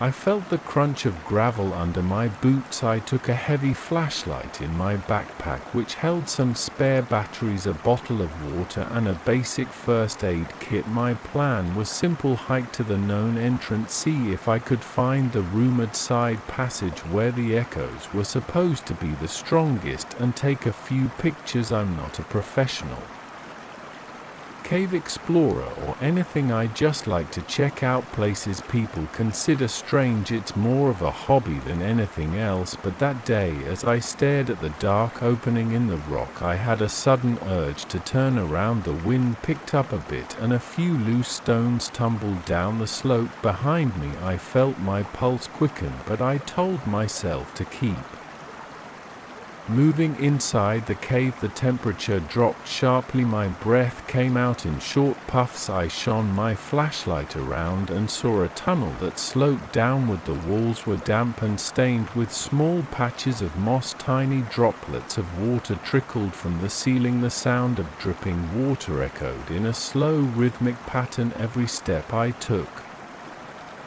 kicked up dust and bits of gravel. I kept moving forward, scanning for any sign of an unusual chamber. After a while, I came to a spot where the tunnel forked into two directions. On the left was a narrower path with old wooden beams that looked like they'd been placed there ages ago to support the ceiling. On the right was a wider route that had a slight downward slope. I chose the narrower path first. The deeper I went, the stronger my sense of isolation became. The silence was so intense that my own heartbeat echoed in my ears. I noticed a faint breeze coming from somewhere ahead, which felt odd because I was deep underground. Then I noticed shapes on the walls. They were faint outlines of human-like figures drawn in what looked like a reddish pigment. I brushed my fingers lightly across them. The pigment flaked slightly to the touch. At that moment I realized these weren't just random lines. There was a pattern showing figures standing around a large shape that looked like a swirl or vortex. It was crude but clear enough to tell it was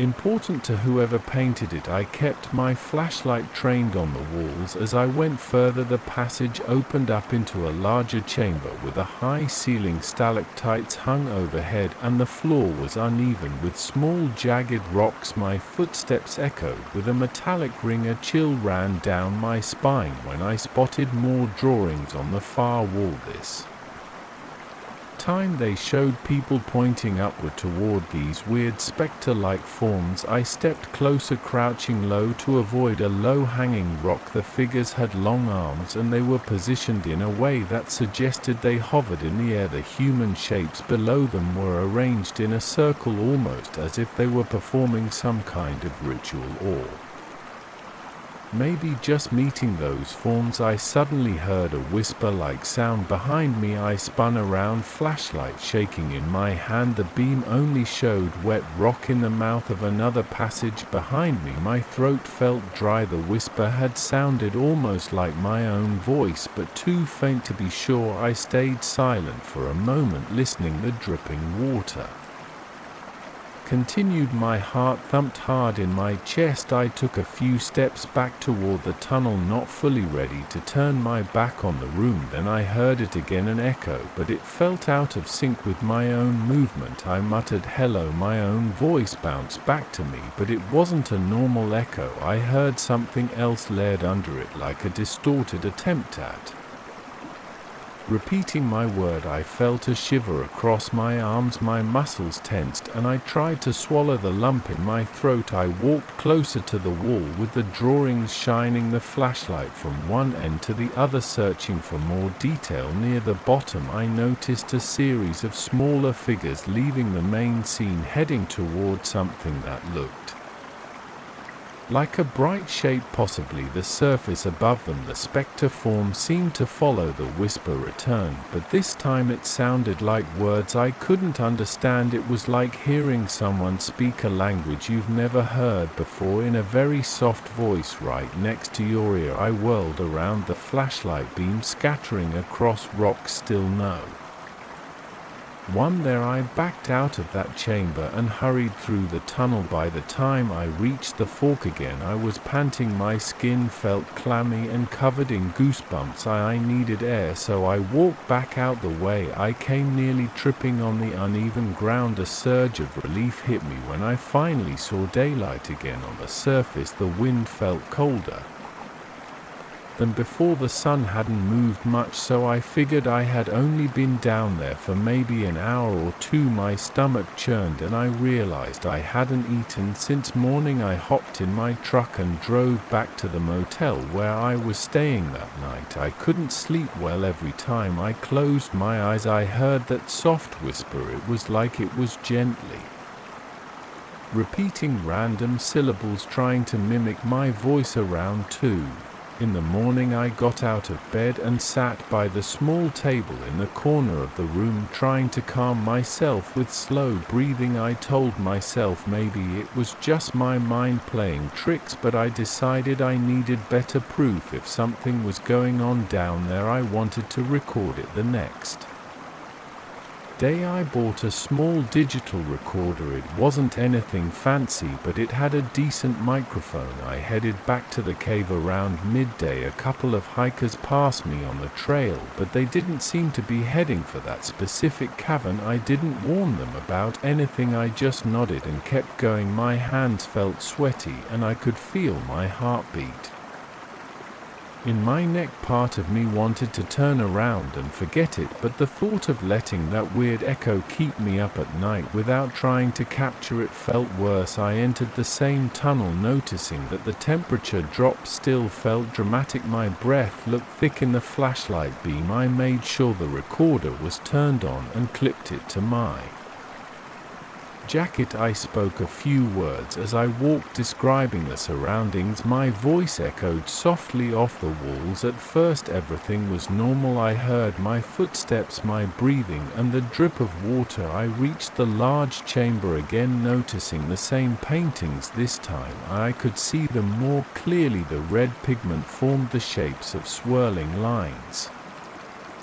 Above the spectre forms it looked like a chaotic scene, but I couldn't decipher the meaning. I turned in a full circle, shining my flashlight around. That's when the echo started again. I heard words that sounded like eyes or ice. The syllables were muffled, but it definitely wasn't just my own voice bouncing back. My hands tensed on the flashlight. I stayed quiet to see if it would continue. After a few seconds, a series of hushed sounds floated through the chamber. It was like a group of voices whispering at once. My pulse hammered in my ears, and I felt sweat forming on my forehead. I said, "Who's there?" My voice echoed, but it didn't match up perfectly with what came back. The whisper that returned sounded like a mixture of my words and something else. Eyes that see in the dark. It was choppy and distant, but I caught enough to piece it together. I stepped back, nearly stumbling over a rock. My breathing got faster. I forced myself to hold still and keep the recorder running. Another phrase came a few seconds later, broken and hard to understand. It sounded like beings follow each visitor. My stomach flipped, my legs felt weak. I slowly left the chamber, moving with short steps. The echoes continued, but they grew fainter as I inched away. They seemed to fade into static. I didn't dare speak again until I was back near the entrance. Once I saw the daylight, I ran the rest of the way out. My lungs burned from the sudden burst of effort outside. I snatched the recorder from my jacket and replayed the last few minutes. At first I only heard my own voice and some random echoes. Then it came faint, but definitely their voices, fragmented words, eyes that see in the darkness, and beings that follow. I froze in the parking area, the recorder still playing in my hand. My heart pounded in my chest, and I stared at the tree line like something might come crawling out. I had proof that I wasn't imagining it, but that didn't feel good. It felt horrifying because I couldn't explain it. That night in the motel, I tried playing the recording again with headphones. The voices were clearer on headphones, but they had this warbling effect. It reminded me of radio static mixed with breathy whispers. I felt goosebumps on my arms and a knot in my stomach. The worst part was that after I took the headphones off, I still heard a faint whisper in my ears. I sat on the edge of the bed, eyes locked on the recorder. I thought about driving home first thing in the morning, just leaving it all behind, but a part of me needed answers. I kept telling myself there had to be a logical explanation, like some bizarre acoustic phenomenon or maybe a trick of the wind. However, the mention of eyes watching in the dark plus the images I saw on those walls made me think there was more going on. The next few days I couldn't shake the feeling that something was following me. I'd be standing in line at the local grocery store and I'd hear a soft hiss behind me. I'd spin around, but no one was there. At night I'd wake up to faint sounds in my motel room, like distant whispers calling my name. My appetite dropped and I noticed my hands shaking whenever I tried to eat. Even the daylight didn't help much. I'd be walking around outside feeling the sun on my face and that echo would still ring in my ears. It wasn't constant, but it was enough to keep me on edge. I grew paranoid, checking corners and expecting to see shadows that weren't there. I replayed the cave recording over and over, hoping to find some clue or a sign that it was just a hoax, but it always sounded the same. The words about eyes and beings repeated like a broken warning. One evening I sat in the truck staring at the path that led back to the cave. I had two choices: go back in for a final look or leave. A rational part of me said to drive away and never return, but I couldn't push aside the Feeling that something had marked me, it was like the cave had reached inside my head. The best way to break free, I thought, might be to face it directly. If I could force whatever it was to show it itself, maybe I could prove it was just an echo or some weird trick. So here I think about the possibility that whatever's in here doesn't stay behind. That's when I drop the recorder. I grab it off the ground, but my hands are shaking so badly I can barely keep my grip. The fear is overwhelming. My heart thuds in my chest and my breathing feels shallow. Every nerve in my body tells me to run. Without another word, I stumble toward the tunnel. My foot slips on a loose rock and I catch myself on the wall, scraping my palm. The pain is sharp and I feel warm blood trickle. I push forward, not caring about anything except getting out. The walk back to the surface feels longer than before. I keep expecting to hear footsteps behind me, but I only get more of those faint whispers echoing against the rock. They sound like laughter or faint chatter, but I can't make out exact words. Finally, I see the grey light of the entrance. It's late in the afternoon and the sun is behind the mountains, casting long shadows on the ground. I rush toward my truck and fling the door open, tossing my gear inside. My hands fumble with the keys and I drop them once before getting the engine started. My lungs burn with each breath, and my entire body trembles. I tear out of that clearing, bouncing over the rough ground. Even as I drive away, I sense something lingering on me. My ears still pick up a soft hiss, like a voice reminding me it's not done now. I'm sitting in a different motel a few towns over, trying to decide what to do. I can't deny that the whispers have followed me. I still hear them at night, especially when the room is quiet. They seem to get louder when I let myself think about the cave. I have no clue how to remove this sense of being watched. Sometimes I feel a presence in the corner of my eye. Whenever I turn my head to check, it's gone, but the feeling remains. I'm jumpy and exhausted. Part of me thinks I should just keep running, keep driving until I'm across the country. Another part wonders if that even matters. Maybe whatever latched onto me can't be escaped by distance alone. I haven't made my final decision yet. The fear sits in my stomach like a stone. My nerves are shot and I can't imagine going back into that cave alone. But if I don't, will I live with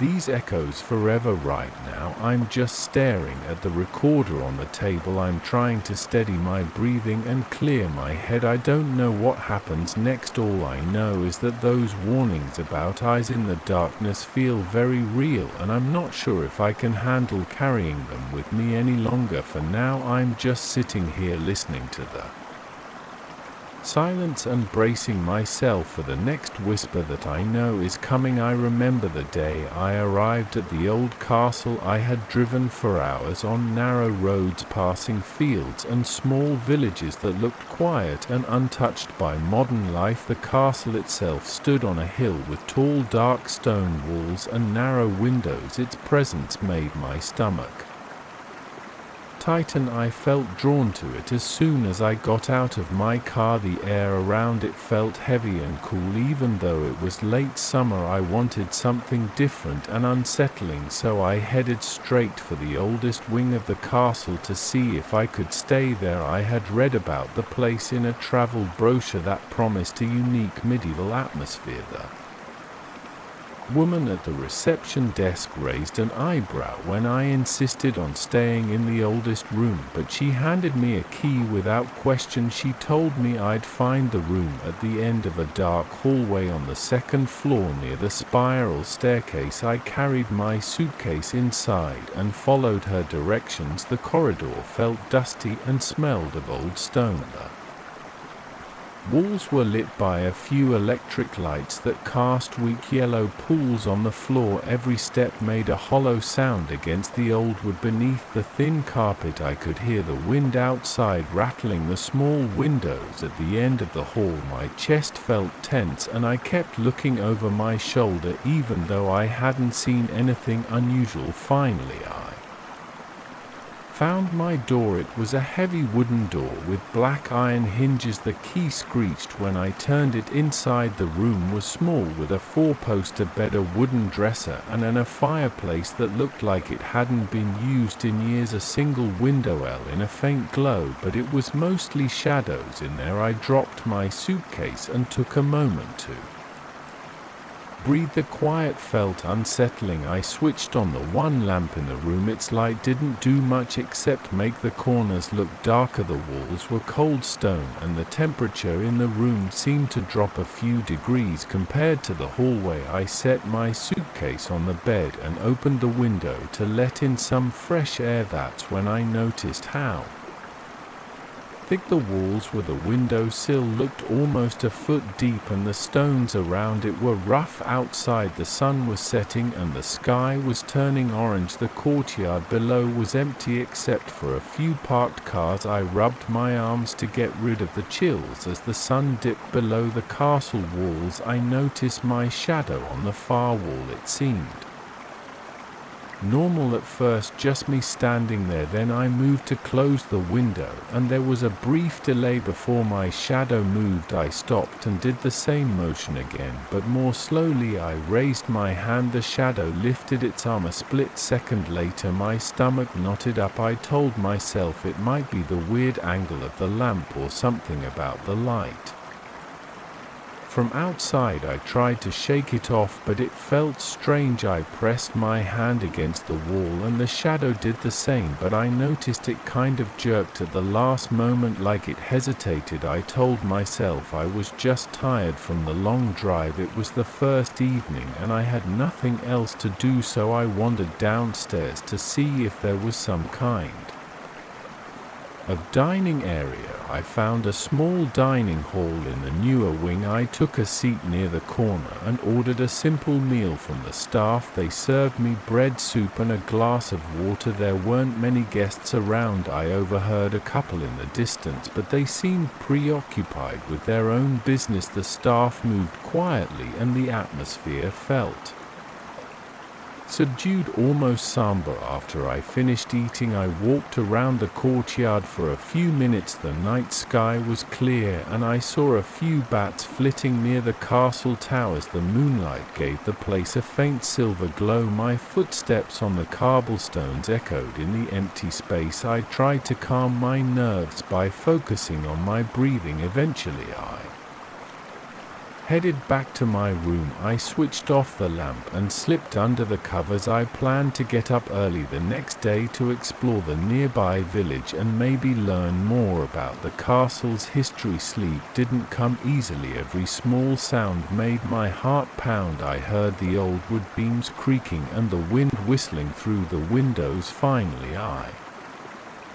drifted off. The next morning I woke up feeling stiff. My back hurt from the old mattress, and I noticed the shadows under my eyes. I got dressed quickly and went downstairs. I asked the receptionist if there were any guided tours. She said there was one in the late morning, so I joined it. The tour guide was a local man in his 40s. He spoke about the castle's construction, the families who had lived there, and various renovations over the centuries. The group walked through the courtyard, the main hall, and then up into one of the towers. Nothing felt too strange until we reached a narrow room in the tower. It had large windows facing the surrounding countryside. The guide pointed out that this room used to be some sort of post. Then he casually mentioned a rumor about a living shadow that caused problems in one of the older sections of the castle. He smiled in a joking way, but I noticed my heart pounding. I asked him for more details, but he waved it off like local folklore. After the tour, I pulled him aside and asked him directly. He shrugged and said there's a story about a shadow that doesn't match the person casting it. He said people claimed it belonged to a spirit or force trapped in the castle waiting for a chance to escape. I asked him if it ever harmed anyone. He said there were no official records of injury or death, but a few guests over the years had left the castle earlier than planned complaining that something felt off. He said the staff tried not to talk about it because it scared away business. When I got back to my room, I stared at the spot on the wall where I had noticed the delayed movement the day before. I felt my skin crawling. I stepped in front of the window and watched my shadow on the stone floor. I moved my arm.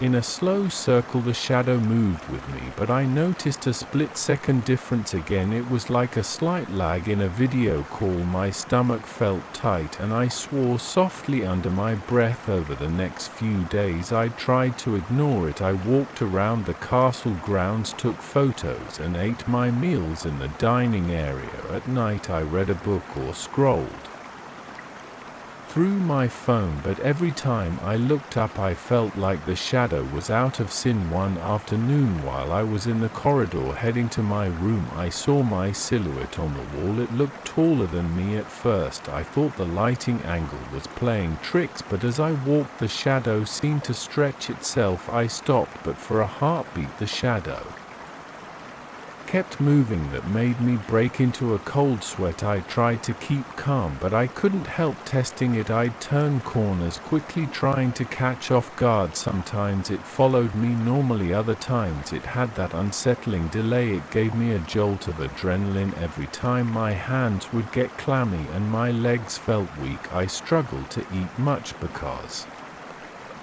my stomach was in knots. I asked the receptionist if anyone else had reported flickering lights or strange electrical issues. She said no. I didn't mention my shadow directly, but I think she sensed I was uneasy because she asked if everything was all right. I lied and said I was just tired that evening. I decided to learn more. I walked down to a small tavern just outside the castle walls. It was a short walk through the gates and down a cobblestone path. Inside the tavern was dimly lit with a few local people sitting at the bar. I ordered a beer and tried to make conversation. Eventually I found one older man who knew a bit about the castle legends. He said there was a story about a shadow that was once imprisoned in the fortress. He claimed that a long time ago someone performed some kind of ritual to contain this entity. The shadow couldn't leave on its own, so it stayed trapped in the walls. According to him, it needed a host or someone to bond with to break free. He said visitors who stayed in certain rooms reported that their shadows didn't look or move quite right. I asked if there was a way to stop it. He shrugged, saying that some people said if you leave soon enough it won't fully attach. Other people tried to confront it, but he didn't have details on how that went. He just told me to be careful. His tone was calm, but it made my heart race. I felt a chill across my shoulders. I finished my beer quickly and headed back to the castle. When I entered my room, I noticed the shadow right away. The lamp was on the nightstand, casting a strong outline of my form onto the wall, but the shape on the wall had broad shoulders and the head looked slightly tilted. Even though I was standing straight, I raised my arms. The shadow lifted its arms more slowly, and with a strange jerk at the top I felt my scalp prickle. My mouth went dry. I moved around the room just to see if it would correct itself. It didn't. It followed me, but with those little hesitations and shifts. My heart thumped in my chest. I turned off the lamp and sat on the bed in the dark. I couldn't sleep. Every time I closed my eyes, I imagined the shadow creeping along the walls, getting larger and more separate from me. My chest tightened and my arms felt tense. I got up and turned the lamp back on, then left the room. I walked down the halls, hoping to clear my head. The corridor was quiet and smelled like damp stone. My footsteps echoed when I passed by a window. I saw my reflection in the glass. The shadow behind me looked heavier. I swung my arm. The reflection shadow took an extra second to catch up. I cursed under my breath and nearly tripped over my own feet. I went back to the front desk and asked the receptionist if there was another room available in a different wing. She said they were booked up for the night because a small tour group had arrived earlier that evening. She offered me a couch in the lobby if I felt uncomfortable, but I couldn't say yes to that without explaining why. I didn't want to sound crazy. I shook my head and thanked her, then returned to my room. The next morning I woke up feeling groggy. I had finally managed to sleep for a few hours after leaving the light on all night. My body felt achy. I decided I wasn't going to stay any longer. I started to pack my suitcase. As I moved around the room, I saw the shadow on the wall again. It had a distinct outline that didn't match my arms or shoulders. My hands shook and my heart pounded. I grabbed my things as rushed down the stairs, ready to check out at the reception desk. I handed back the key. The receptionist asked if everything was okay. I told her I had to leave for personal reasons. She looked at me with concern but didn't push for details. I walked outside into the courtyard. The air felt cool against my face. My legs were shaky and my pulse was racing. I got to my car and tossed my suitcase in the back seat. Then I started the engine and pulled out, my eyes flicking to the rearview mirror. In the mirror I saw the interior of the car and a hint of my outline in the back seat from the morning sun. My shadow looked normal at that moment, just a typical dark shape. My heart was still pounding, but I felt a small bit of relief. I kept my eyes on the road as I wound my way back down the hill toward the main highway. Halfway to the first town, I noticed the late morning sun was casting my shadow on the driver's side door. I glanced at it while turning the steering wheel. For a second it looked like the shape had a slight delay. Again my breath caught in my throat. I kept my hands tight on the steering wheel and forced myself not to look directly at it. My eyes started to water from stress. I told myself I was just imagining things. I didn't stop until I reached a gas station about an hour away. I parked, got out and stretched. The sun was high in the sky. I stepped around the car and looked at my shadow on the pavement. It seemed to move with me perfectly now. I felt my breathing slow down just a bit. I went into the station, bought a bottle of water and tried to steady my nerves. I looked at my reflection in the window. I saw the same exhausted face I always saw. The shape behind me looked normal too. Still I couldn't shake the unease. I thought about the old man in the tavern saying that if you leave soon enough it won't fully attach. I was hoping I got out in time. The memory of the shadow hesitating and stretching stayed with me, though even as I drove away I kept glancing at my side mirror, half expecting to see something out of place. I never saw anything definitive, but my body remained tense for days afterward. I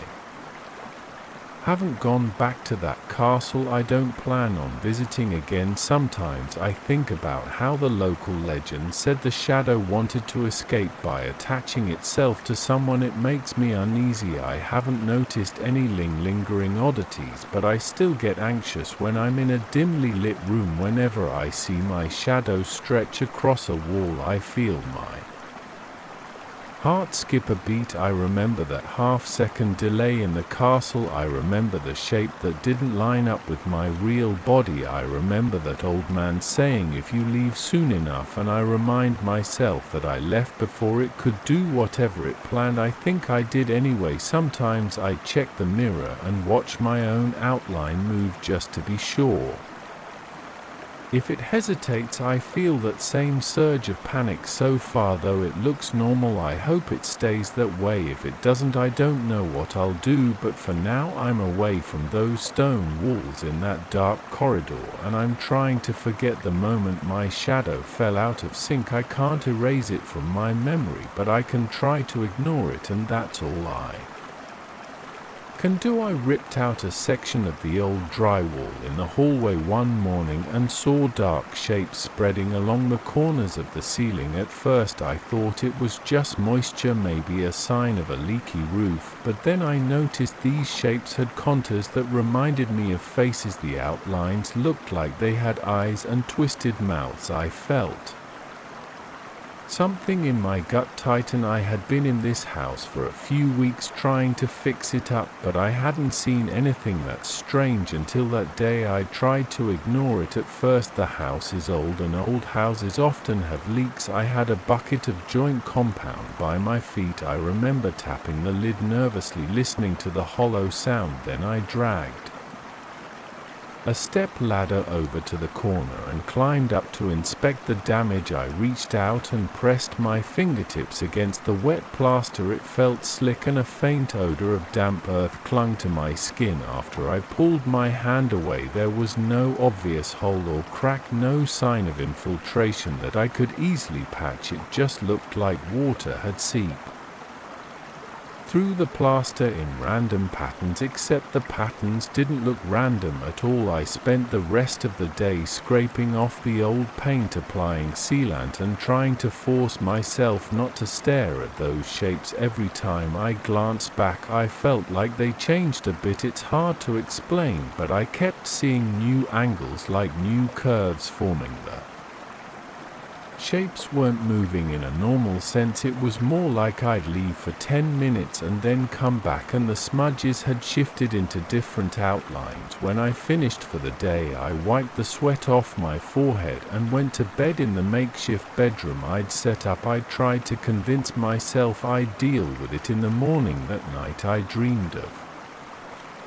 people pressed against walls. They weren't screaming, but their mouths were open. They were inside the walls, struggling, their arms bending in strange angles as if they were pushing pee in through a layer of thick, wet material. I woke up gasping for air and my skin felt damp. I blinked and realized I wasn't sweating because it was hot. I was sweating because I was terrified. My heart was pounding so hard I could hear it. I sat up in bed, stared at the dark outline of the bedroom door, and listened to the silence. The quiet felt heavy. I heard the faint drip of water somewhere behind the walls. I got up, turned on the small flashlight I kept on the nightstand, and walked to the hallway. I aimed the light at the ceiling. The shapes were still there, but I noticed some fresh outlines near the edges. I lifted a hand to my mouth. My fingertips trembled. They looked like new faces. I stood there for a minute, breathing through my nose, fighting the urge to run out of the house. I finally went back to bed, but kept the flashlight next to me in case I needed to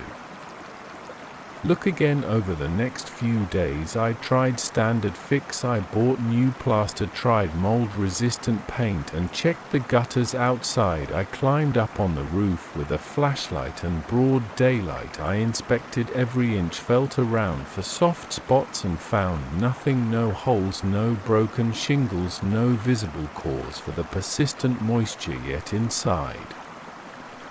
The shapes kept returning. Sometimes they'd appear in corners I'd already repaired. I'd look up and see another faint outline, like a new mouth or eyes. I started feeling a constant tension in my stomach. My breathing got shallow whenever I walked through the hallway. My hand shook. When I worked, I called a local contractor to see if maybe the foundation was leaking from below. He came by, walked around, examined the place, and shrugged. He told me he couldn't see any big structural issues, no cracked pipes or obvious water damage from the plumbing. He said the house just seemed old. Maybe the humidity was higher than usual, or maybe I needed better insulation. I thanked him and paid him for the visit, but I felt uneasy. I couldn't shake the feeling that something else was happening here. At night my dreams got worse. I'd see these figures in a murky room. They looked soaked, their clothes sticking to their bodies. Their eyes were wide as if they were desperate. They would extend their arms toward me and I'd see water dripping from there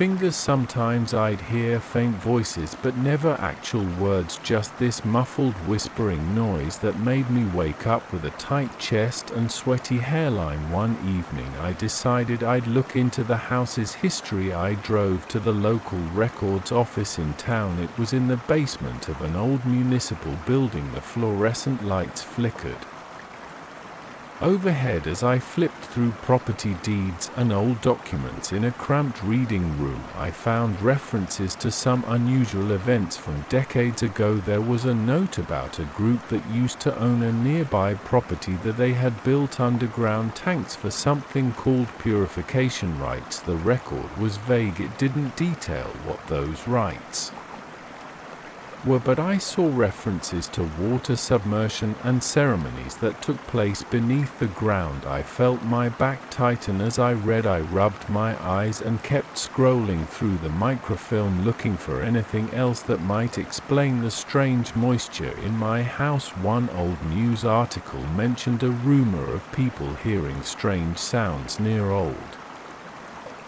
wells in the area, or another piece described a local rumor about an abandoned meeting place where a group practiced secret rituals involving water. No mention of actual injuries or anything like that, just stories about folks hearing odd chanting sounds at night, then noticing unusual damp spots in their homes. The next morning I stayed until closing time gathering as much information as I could. I left with a handful of printed records in a spinning mind. Driving back, I kept tapping my fingers on the steering wheel. I wanted to believe it was all folklore, but the shapes on my ceiling didn't feel like random mold patterns anymore. They felt alive. When I got home, I went straight to the hallway. I didn't even bother turning on the main lights. I used a small flashlight again and aimed it at the corners of the ceiling. The black smudges looked more defined. I saw what resembled two large eyes side by side and a line below them that might have been a mouth. My neck felt stiff. I turned off the flashlight and then turned on the overhead light,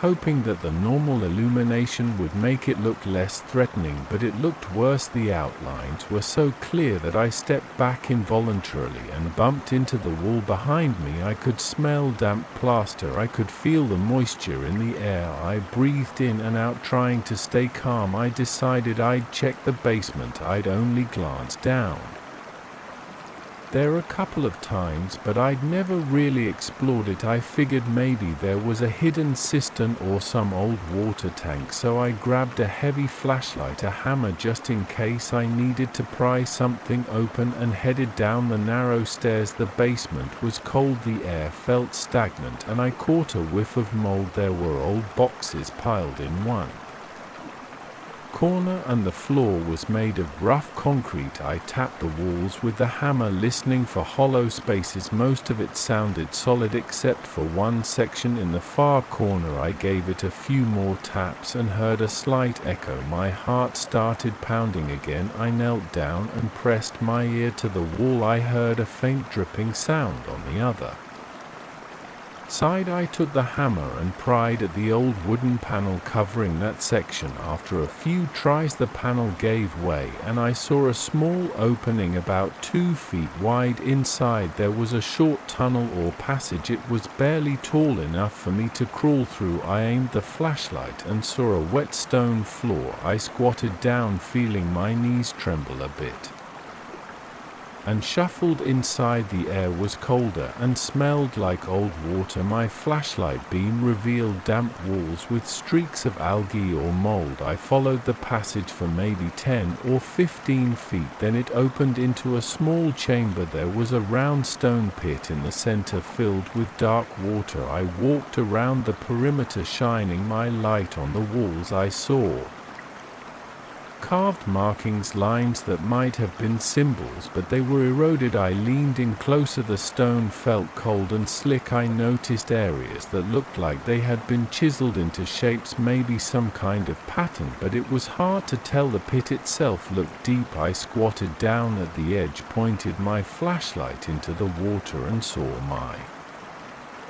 reflection. My face looked pale and tense. I took a deep breath. The water was dark and I couldn't see the bottom. I stayed like that for a minute, just listening. I heard a faint dripping sound echoing through the chamber. My pulse thumped in my ears. I tried to imagine people gathered in this small underground room for some kind of ritual. The thought made me uneasy. I felt a tightness in my throat. I decided I didn't want to be there anymore. I backed away, turned around and hurried back through the tunnel. My knees HD from the crouching and my palms were clammy. I slipped once on the wet stone but caught myself when I reached the basement again. I took a big gulp of air as if I'd been holding my breath the entire time. I climbed the stairs as fast as I could without running back. On the first floor, I sat down at the kitchen table. My hands shook. I stared at them for a minute, trying to steady my breathing. The house felt too quiet. I could hear the faint hum of the refrigerator, but it did nothing to calm me down. I thought about what I'd seen in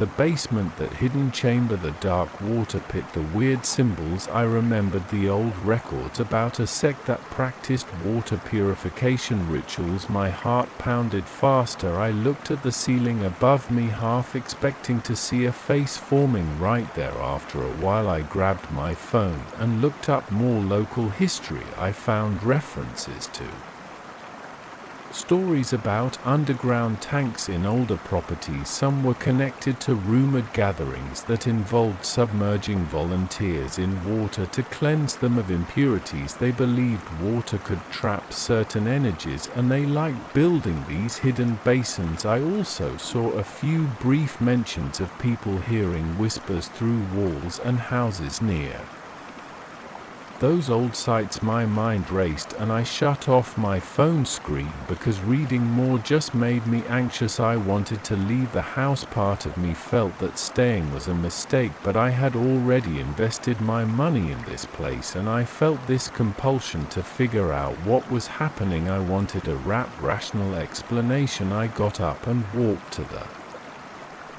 hallway again, looking at the wet corners on the ceiling. The shapes seemed even more pronounced than before. I tilted my head back and stared for a few seconds. My breath caught in my throat when I noticed the distinct shape of an open mouth. It seemed to be pointed toward me like it was trying to speak. I felt the hairs on my neck stand up. I took a step back, then another. My shoes squeaked on the floor. I heard a soft dripping noise above me. A drop of water landed on my shoulder. I jumped and brushed it off, then touched the spot with my fingertips. It left a dark stain on my sleeve. It smelled damp like the basement. My chest felt tight and my legs felt weak. That night I couldn't sleep. I lay in bed listening for any sound. I heard faint creaks in the walls, the usual house settling noises, but they felt magnified by my imagination. My eyes darted around the room. The plaster on the ceiling was newly painted, so I didn't see any faces in here, but I couldn't stop picturing those shapes in the hallway and that water pit underground. Whenever I closed my eyes, I saw those dream figures writhing inside the walls, arms pressed against the plaster. The next morning I remember that hidden chamber, the pit of dark water, and the stories I've read about a group that performed purification rituals underground. Maybe that's all it is, just old water that never drained properly, or maybe it's something else that's still stirring behind these walls, desperate to be free. I feel the tension in my stomach every time I think about it, and every time I look up at the ceiling. I swear those faces are staring back at me. I remember feeling that sudden drop in my stomach the first time I laid eyes on the old well. I wasn't looking for hidden places, and I sure wasn't expecting anything out of the ordinary, but that day during my hike on a little-known trail I found something that shifted everything. It was just an old stone well covered in damp moss. It looked unused, maybe forgotten, but it drew me in like it had some kind of pull. I'm not sure why, but the second I saw it I felt like there was a chill in the air. Even though the sun was still high, I walked closer and I noticed how quiet the forest got around me. I moved right up to the edge, brushing some of the moss away with my palm. The stones felt slick under my fingertips. I wasn't thinking about anything but how deep it might be. I grabbed a small pebble from the ground and dropped it inside. I listened for an echo instead of a normal echo. I heard a weird muffled moan. It didn't sound like an animal, it was more like a person in pain, or maybe someone whispering in a low voice. I froze, my mouth went dry and my eyes darted around, but there was no one else near me. I took a step back and glanced into the well. I couldn't see the bottom. The darkness was thick. I leaned forward carefully, but the only thing I noticed was a strange smell like stale water and old mud. I got out of there in a hurry. I walked back along the trail trying to act normal, but my hands were shaking. My mind kept replaying that moan. At first I wondered if it was just my imagination. Maybe I was tired, but I could still hear it in my head. That night I struggled to sleep. Every time I closed my eyes I saw that well, dark and silent. Then in the middle of the night I dreamt I was walking through an underground corridor. The walls were wet and dripping. My feet splashed through shallow water. I could see a faint light in front of me and I followed it, but I never got any closer to the source. All I could hear was the sound of water trickling down stone and my own unsteady breathing. I woke up covered in sweat, my heart pounding. The next day I went back to the same spot. Part of me wanted to brush it off as some weird experience and move on, but my curiosity wouldn't let me. The path was quiet again, almost too quiet, with only a few birds and a soft breeze. When I reached the well, nothing happened at first. I stood there looking at the rocks and the moss. The air smelled damp even though the day was warm. This time I called out, "Hello." No answer, just a faint echo. I waited, leaning on the edge for a few seconds. Then I thought I heard a whisper. It sounded like my name, but very faint, and dragged out. My breath caught in my throat and I took a step backward, my shoes sliding on the dirt. I felt my chest tighten and my pulse hammered in my ears. I left again, feeling even more uneasy. I decided to do some digging around the local area. It's not a popular place, so there aren't a lot of people to ask. There's a small diner on the side of the main road, though the owner is a guy named Martin, and he's always there wiping counters and talking about local fishing spots. I asked him if he knew anything about an old well in the woods behind the ridge. He paused, looked at me with a stiff expression, and said he'd heard some stories. He told me that folks around here avoided it. Some claimed they had heard voices calling them from the bottom. A few said the voices used their actual names, like the well knew who they were. Martin didn't say much more. He looked uncomfortable, like he'd rather change the subject. That night I tried to sleep again, but the same dream came back. This time the corridor felt longer and the water was deeper. I could feel it soaking into my socks. The walls were narrower and I had to keep my arms tucked in. As I walked, my flashlight flickered and I smelled mold. I tried to look back, but I couldn't see anything behind me. All I heard was a slow, heavy drip. I forced myself away, gasping for air. My sheets were soaked in sweat. My heart was racing and I couldn't slow it down for a while. I got up and drank some water. My hands were trembling against the glass. By the third day I decided I needed to know more. I asked around another place near the forest, an old gas station, where the attendant, a middle-aged guy with a tired face, just shrugged and said something like, "Don't mess with that, people come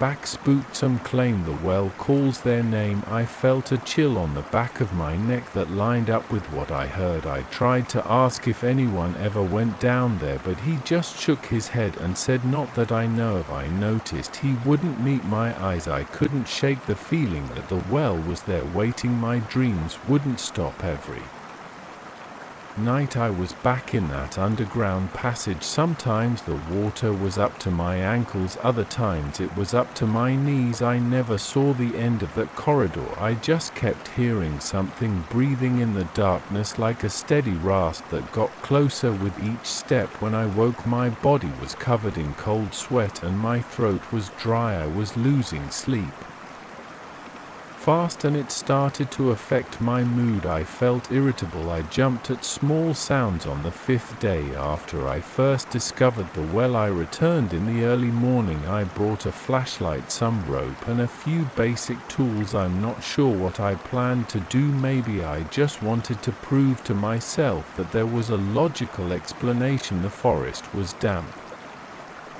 with morning dew and the leaves glistened under the pale sunlight. Everything smelled fresh except around the well. That same stale, musty odor lingered when I shined my flashlight inside. I saw the interior walls were lined with slick stones. The light hit the water at the bottom, which looked murky. I couldn't tell how deep it was. I tied the rope to a nearby tree just in case. My palms were clammy and my mouth felt dry again. I swung the rope into the well, letting it dangle. The stone rim was solid and I leaned forward to see if I could catch a better glimpse. I yelled down, "Is anyone there?" My voice echoed softly and for a second everything was quiet. Then I heard a faint moan. It was the same muffled sound as before. My heart pounded so hard I felt it in my temples. I forced myself to stay calm and pointed the flashlight straight down. I could see the light reflecting off the water. There was a slight ripple. It looked like something was moving underneath, but the water was too murky to show anything clearly. I got this intense knot in my stomach. My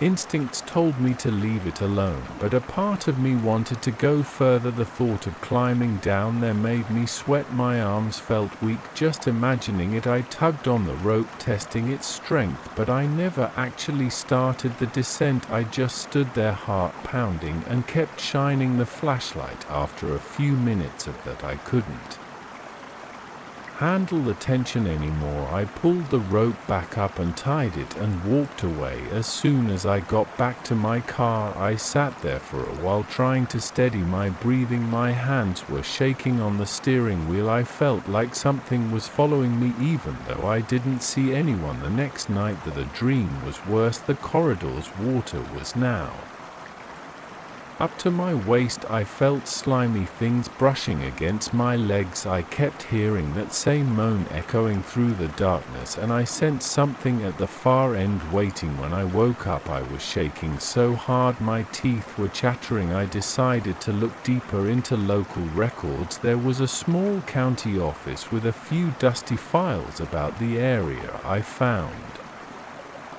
a reference to an older structure labeled as a well built decades ago. There was a note about it being sealed once, but the file didn't explain why. It just mentioned some local rumors of voices and illusions. I couldn't find anything else. It seemed like everyone just wanted to forget about it. I asked the clerk if she knew anything and she shrugged, saying it was just a weird old story that people around here didn't like to discuss. For the next few days I felt torn. The well stayed on my mind all day. At night I dreaded sleeping, but the exhaustion caught up with me, and every time I slept I had that same nightmare. Each time I went deeper into the corridor, each time I felt more water around my body. In one dream I even heard my own name spoken in a rough whisper. I woke up shouting, my hair plastered to my forehead with sweat. My heart pounded so fast I felt lightheaded. I finally told myself I had to make a choice. Either I give in to whatever that thing was or I seal it up for good. I went back to the diner to talk to Martin. I explained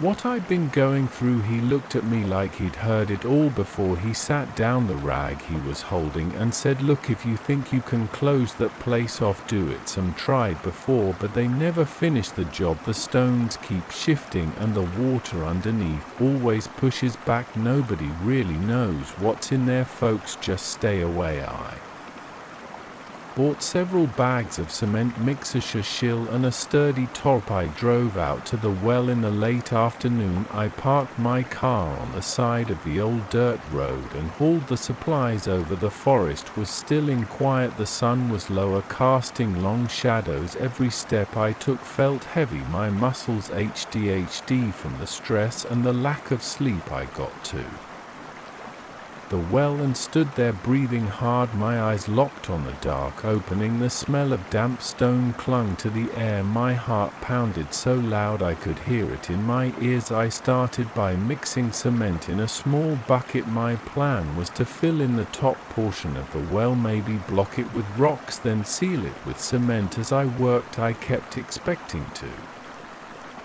hear something from the well. For a long while it was quiet. The sun kept dropping and the shadows stretched over the clearing. My nerves were on edge. Every rustle in the bushes made me jerk my head. My hands were coated in cement mix and sweat. Once the mixture was ready, I began dropping small rocks into the well. They made soft splashes. Occasionally I heard a faint ripple afterward, like something was moving the water below. I poured in the first batch of cement, letting it trickle down the inside of the well, hoping it would start to form a base. My arms trembled from the physical effort. Then I heard it again, that moan. It was louder this time, and it sounded closer. My chest tightened and I almost dropped the bucket. I forced myself to keep going. I poured more cement, then more rocks. I tried not to listen. I felt goosebumps all over my arms. The moan turned into a faint whisper. It sounded like it was right at the bottom of the well, just beyond my flashlight's reach. My name was in that whisper. I stopped and took a step back. My breathing was ragged and I wiped my forehead with my sleeve, leaving a streak of cement. I thought about climbing down to see what it was, but my gut told me that was a bad idea. Instead, I grabbed the top and wedged it under the stones around the edge. Then I poured more cement over the top, hoping it would harden and keep the top in place. I worked fast. My shoulders HD and my neck stiffened from tension. The sky was darkening. The flashlight beam felt weak. I kept hearing the water stirring. I heard occasional wet sounds, like something dragging on the stone walls. My hand started shaking harder. I wanted to run, but I also didn't want to leave it half finished. I kept piling debris on top of the top, adding more layers of cement. I packed it down with the shovel. My breath was coming in short bursts. Finally, when I used the last of the cement, I smoothed it over the makeshift cover. I stepped away, staring at the result. It didn't look professional, but it covered the opening. There was no obvious gap. I touched it carefully with my foot. The top and the rock seemed solid enough, at least for the moment. I waited, listening for any sound. The forest was dead quiet, not a single breeze. I let out a long breath. My legs felt like jelly. My shirt was damp with sweat and my hands were caked with cement residue. I stood there until the last bit of daylight vanished. I realized I was shaking, partly from the chill and partly from raw nerves. I tried to calm down, telling myself it was done. Whatever was in there was blocked off, at least for now. I walked back to my car in the dark, using my flashlight to avoid tripping over roots. My ears strained to catch any sign of movement behind me. The trees looked like tall silhouettes. My car was right where I left it. I threw my tools into the trunk and got in. My body felt exhausted, like I'd been in a fight. I started the engine and drove away, not looking back. That night I waited for the dream. I stayed awake for hours, just sitting on my couch, the TV on mute. Eventually sleep caught me. I found myself at the entrance to that same corridor. I could smell the stale water, but this time I didn't hear the moan. I stood there not moving. After a moment everything just faded to black. When I woke up it was morning. My sheets were dry and my heart rate was normal. My entire body felt sore, but I felt some relief. There was no corridor, no deep water, no voice calling my name. I don't know if the well will stay sealed if the water rises or the ground shifts. That top and cement might break, but I did what I could. I haven't gone back to check and I don't plan to. Even thinking about it raises the hairs on the back of my neck. I haven't heard the voice in my dreams since that night. I keep telling myself it's over. The nightmares might return if the well opens. again, but I won't be the one to set foot there again. I made my choice. I can only hope it stays buried. I still remember the package resting on my doorstep. It was wrapped in thick brown paper and secured with plain twine. My name was scribbled on the top in a shaky handwriting. I had no idea who sent it. I didn't recognize the return address. It just said the name of a distant relative I'd barely heard of. I felt a strange pulse of curiosity as I lifted it. It felt lighter than it looked. I brought it inside without thinking too much about it. When I sat down in my living room, I tore off the paper. Inside, I found an old wooden box with a hinged lid. The wood was scratched and it had a stale smell, like it had been buried in a basement for years. I opened the lid and saw a radio inside. It looked like something from the 1940s. It had chunky knobs, a curved handle on top, and a short antenna that was bent. There was a small envelope tucked into one corner. I flipped the radio over and found a handwritten sticker with my relative's name underneath. That it said property of the true listener. That phrase made me pause. I set the radio down, opened the envelope, and pulled out a single note that read, "Take care of this, it hears more than music." I felt an uneasy twinge in my stomach, but I dismissed it. I plugged the radio into the wall just to see if it worked. At first there was nothing but a faint hum. The radio's dial didn't match modern stations, so I fiddled with the big knob trying to find some clarity. Nothing came through, just bursts of static. It didn't surprise me. It was a relic. I turned it off and went to bed, figuring I would look into it more the next day. That night I woke up around 3 o'clock in the morning feeling a dull ache in my chest. It wasn't sharp, just a heavy pressure. I wasn't sure why I woke up. I listened for any noise, wondering if something fell in the kitchen or if a car alarm was going off. Everything was silent. Then I heard a crackle from the living room. I got out of bed, rubbed my eyes, and walked toward that sound. It was coming from the radio. It was on even though I remembered switching it off. I stood there in the dark staring at the radio's old dial glowing a weak green. It made an odd metallic whispering sound like a person mumbling through a tin can. My heart pounded. I reached out and turned the power knob, but it was already at the off position. That didn't make sense. I picked up the radio and turned it around to see if there was some other switch. There wasn't. I set it down again. That was when I heard it say my name clear as day, but in a scratchy, uneven voice. "Daniel." That's all it said. I didn't even breathe. I felt my skin prickle and my hands got clammy. I stood there staring at that radio for at least a minute, waiting for something else. Nothing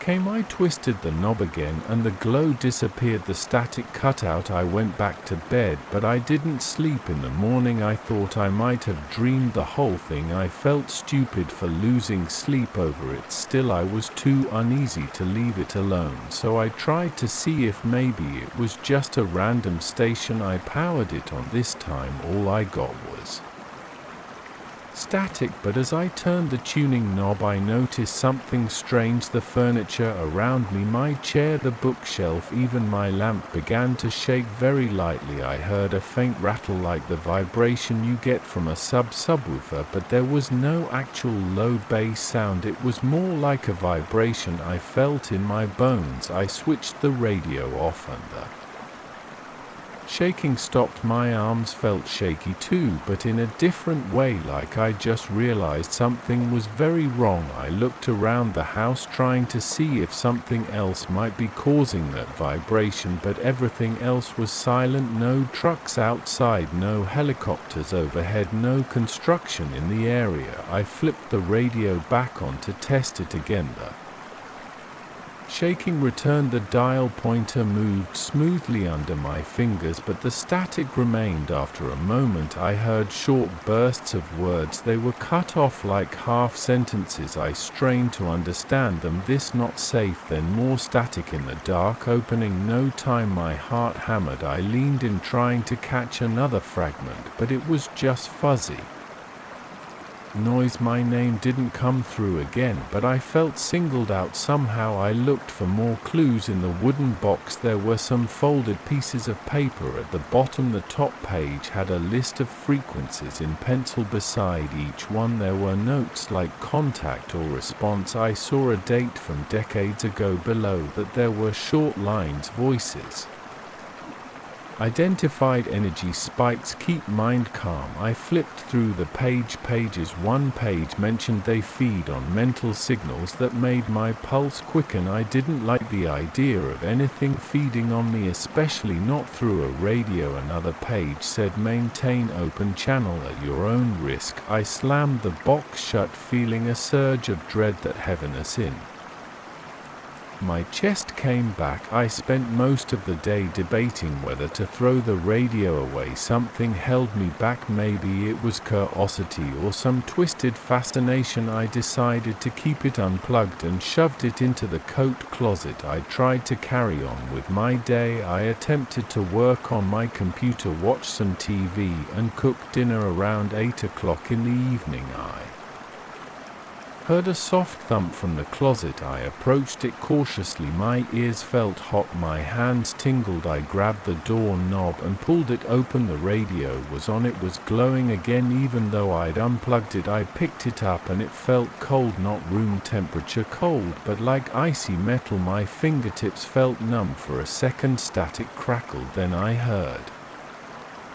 a faint voice again. It wasn't speaking clearly. It was making strange clicks and buzzes like it was trying to form words. I wanted to smash it on the floor, but I couldn't move. I just stood there. Then I heard the radio say something that sounded like help. It was so soft that I almost doubted I heard it at all. I heard my own heartbeat pounding in my ears. My breathing was shallow. I forced myself to breathe in deeper. I couldn't stay frozen. I set the radio on the couch, sat across from it, and stared. I felt sweat forming on my forehead. I remembered the notes. They feed on mental signals. I started thinking that maybe these voices, or whatever they were poking at my mind. That sensation of heaviness in my chest became more intense. My heart fluttered in a weird pattern like it was skipping beats. The voice fell silent for a few seconds, replaced by a slow pulsing static. Then it said, "Daniel, open the gate. We see you." My stomach twisted. I felt like I might throw up. I got up and pulled the plug from the wall again, even though I knew it didn't matter. The radio went silent. I needed some fresh air. I walked outside, leaving the radio behind. It was a clear night. I stared up, expecting to feel calm. I didn't. I felt on edge, like I was being watched. My neck was stiff. I couldn't shake the tension in my body. I went back inside and sat at the kitchen table. I wanted to read more of my relatives' notes. Maybe there was a way to break this connection. The paper said the radio was a portal. Apparently he had spent years trying to tune into signals from beyond. He believed he made contact with entities that needed a host mind to latch onto. He claimed these entities traveled through certain frequencies no one could hear unless they had the right equipment. The notes mentioned bizarre experiments he wrote about hearing his name through the static, about feeling drained, about objects vibrating. He warned that once the contact had been established, it was almost impossible to sever the link. I felt a wave of panic. I kept reading. The last entry said, "I can't close it alone. I need someone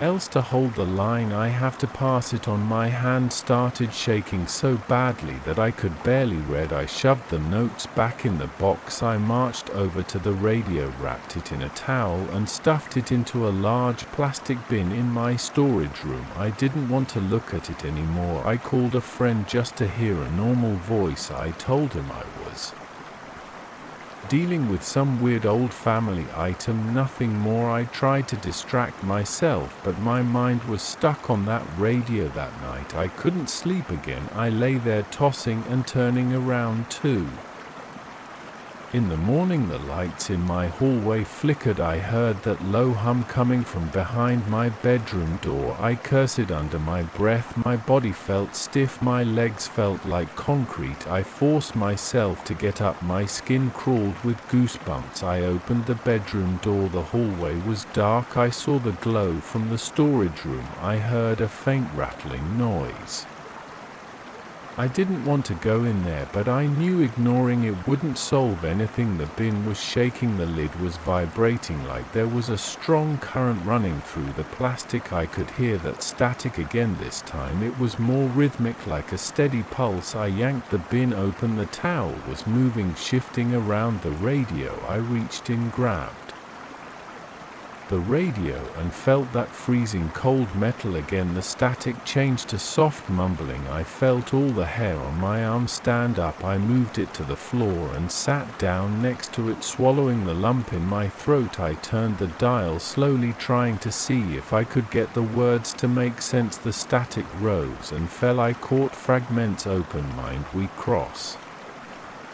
Energy is near. Hungry. My chest felt tight and I clenched my teeth. I tried to speak. I said, "What do you want?" My voice shook. I waited. Static. Then I heard, "Need your thoughts." My breathing sped up. My heartbeat thudded in my ears. I remembered the notes. They feed on mental signals. They lure curious people. I didn't want to be a conduit for anything. I turned the dial again, trying to find the end of that weird frequency range. The radio squealed. The objects on the shelves around me trembled. I felt a weird pressure in my head, like something pushing. My vision blurred for a second. I blinked hard. Then I heard a rising shriek in the speaker, followed by silence. My entire body felt like it was buzzing with leftover adrenaline. I set the radio aside and stood up. My legs wobbled. I felt drained, like I hadn't eaten in hours. I left the storage room, leaving the radio behind. My hands were slick with sweat. I splashed water on my face in the bathroom and looked at myself in the mirror. I saw dark rings around my eyes. I didn't look like me. My mind was racing. I thought about destroying it, but I remembered the line in the notes, "Maintain open channel at your own risk." That implied there was a way to close the channel, but I didn't see instructions on how. My relative must have known something. I went back to the notes. One page mentioned a method: disconnect all power, enclose the radio in a sealed space. Focus your intent on breaking the link. It sounded like nonsense, but I wanted to try anything. I found an old metal chest in my garage. I tested it with a flashlight. It had no cracks. It was heavy, but I sat at the table thinking about the fact that I had inherited this thing from someone who must have gone through the same torment. I pictured him alone with that radio, desperately wanting answers from beyond, and then getting trapped by those presences. He passed it on to me, probably hoping I could finish whatever he started, or at least get it out of his hands. I felt angry at him, but also pity. Maybe he'd hoped I'd figure out a permanent solution. As the night wore on, I went back to check on the chest. It was still there, unchanged. No sound, no glow, no trembling. I left it locked. I decided I would store it in my garage for now. Maybe I'd figure out a way to dispose of it later. I have no intention of plugging it in again. I don't want to hear those voices. I don't want to sense that pressure in my head or feel my furniture shake. I'm done. I hope they can't reach me if it stays locked away. I haven't heard my name whispered since. I don't feel that icy cold presence either. I feel tired but calmer. I still wonder if I've really closed the channel. The radio is still in my garage inside that metal chest. I'm leaving it there every now and then. I catch myself listening for a hum or a faint knock at the door, but so far there's nothing. Maybe I managed to starve them out. Maybe they're waiting for a better moment to reach me again. I don't know. All I know is that I want no part of it. If anyone asks about my weird old radio, I just shrug and change the subject. I'm not letting that thing feed on me again. If it tries, I'll lock it up even tighter. That's the only plan I have. I still remember the first time I saw that figure in the locker room mirror. I had finished my workout and felt a little dizzy. My shirt was soaked and I just wanted to rinse off. When I went to the mirror over the sink, something caught my eye. In the corner of the room, reflected behind me, there was someone standing still. Facing me, I froze, my heart pounded and my mouth dried up, but when I turned around, nobody was there. The tiled wall was empty. There was no one else in the locker room. I felt my stomach knot. I tried to tell myself it was my tired eyes playing tricks. She had quickly got dressed and left. I tried not to think too hard about it. The next day, though, I noticed the same thing after I left the wait area and headed to the locker room. I glanced at the long wall of mirrors by the water fountains. My reflection looked normal, but there was something odd in the background. It was like a figure standing far behind me. I spun around. Nothing. A smooth, empty hallway. I made a joke in my head, telling myself I should check my pulse or get more sleep, but I felt my legs tense up, my chest tightened. I felt silly for being nervous in public, so I moved on. I tried to ignore the whole situation, but it kept happening at home. The next morning I went to wash my face in the bathroom. I happened to glance in the mirror before turning on the water. The figure was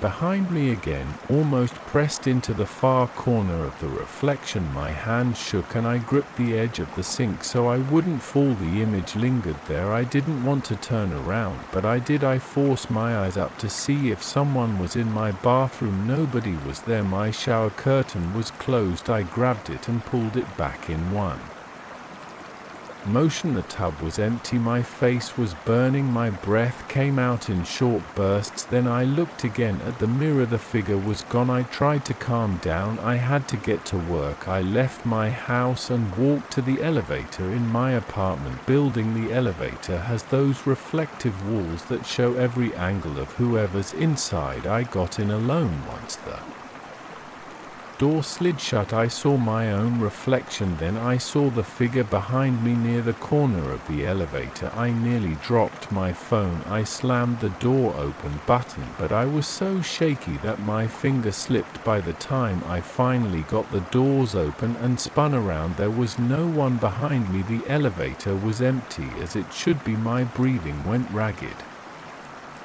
and I felt a tingling in my arms. I got out of there. I took the stairs instead, but I still felt jumpy. My mind kept looping back to that reflection. I asked myself what it could be. I didn't have an answer. I decided to go about my day. I tried focusing on work, but it was useless. Every time I saw a glass window or a reflection on a computer screen, I twitched, expecting to see that figure. By the end of my shift, I was mentally drained. The next morning I went to the gym again. I didn't want to give in to fear. I told myself that working out would clear my head. After my session, I went to the locker room to change. I stood at one of the big mirrors trying not to look too closely, but I had to see if that thing was there. Sure enough, out of the corner of my vision, I spotted something in the reflection. The figure was closer this time. It wasn't in the far corner of the room. It was only a few feet behind me. I couldn't make out every detail, but I saw it clearly enough to sense it was a man. He had dark hair and stood with his shoulder squared. I felt a cold pressure around my chest. My eyes darted back to my real surroundings. The locker room was empty except for one guy at the far end, busy with his earbuds on, not paying attention. I wanted to leave right away, but I also felt curious. I stepped away from the mirror, turned around, and walked to the spot where the reflection had shown the figure. There was nothing, just the row of grey lockers and a bench. I walked back to the mirror and looked again. This time it was gone. I left the gym without showering, which was gross, but I didn't care. I felt a crawling sensation on my neck, like someone was behind me. It didn't go away until I got home. Once I was in my apartment, I kept the lights on. I Avoided any reflective surface. I didn't look at my TV screen when it was turned off. I didn't open the bathroom mirror cabinet. I just wanted to relax, but I had to make dinner, and the glass oven door and the window above the sink could still reflect things, so I kept my eyes straight ahead and tried to focus on preparing food. My arms were tense. I felt sweat gathering under my shirt. That night I hardly slept. I kept thinking that if I opened my eyes and looked at my phone screen or something reflective, I'd see him. I dozed off at some point, but I woke up with a jolt around 3 a.m. My heart was racing. I felt cold sweat on my forehead. It was like a nightmare, but I couldn't remember the details. I stayed in bed, forcing myself to keep calm. The next day I debated skipping the gym, but I didn't want to give up on the routine. I just started. My doctor told me exercise was key for my health, so I went. Feeling uneasy, I tried not to look at any mirrors, but that's difficult in a gym full of them. I did my best to face away from them. I stayed focused on free weights and avoided the machines with reflective metal. When it was time to leave, I realized I needed to change. I went into the locker room, trying to keep my eyes forward. I went to my locker, but I slipped up as I reached for my stuff. I caught a glimpse of my reflection in the locker door. My face was pale. The figure was there again, right behind me. I swear I felt something like breath on my neck, though that might have been my imagination. I snapped my head around. Empty, just me and a row of lockers, but in the reflection his face looked almost visible. I couldn't see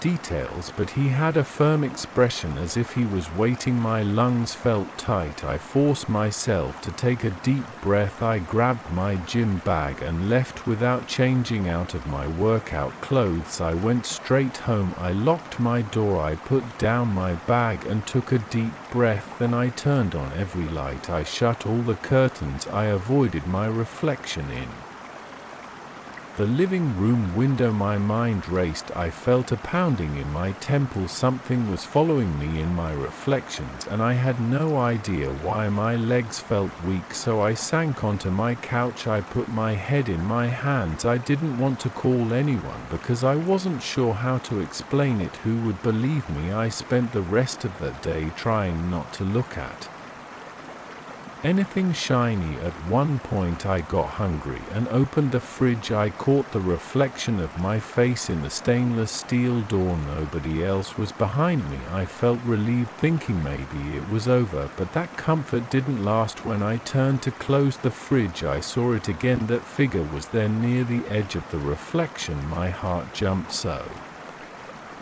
hard I almost yelled. I slammed the fridge door shut, dropping a jar on the floor. It shattered, sending pieces of glass everywhere. I left the mess and backed away. My breathing was fast. I felt beads of sweat forming on my scalp. I grabbed a bunch of towels, cleaned up without looking directly at the shards. Then I tossed everything in the trash. My arms were shaking so badly I had to sit down again. I felt like I was under surveillance, and I hated it. Later I went to the elevator to bring out the trash. The metal doors reflected me. I tried not to look, but I have a habit of checking if I have my keys, so I looked down at my hand, then up at my reflection. The figure was standing next to me in the reflection. I lost my grip on the trash bag. I actually felt pressure on my right side, like something was near me. That made my whole body tense up. I slapped the elevator button to open the doors and dashed out into the hallway. There was no one behind me. I dragged the trash to the chute, dumped it, and took the stairs back to my place. I felt stiff and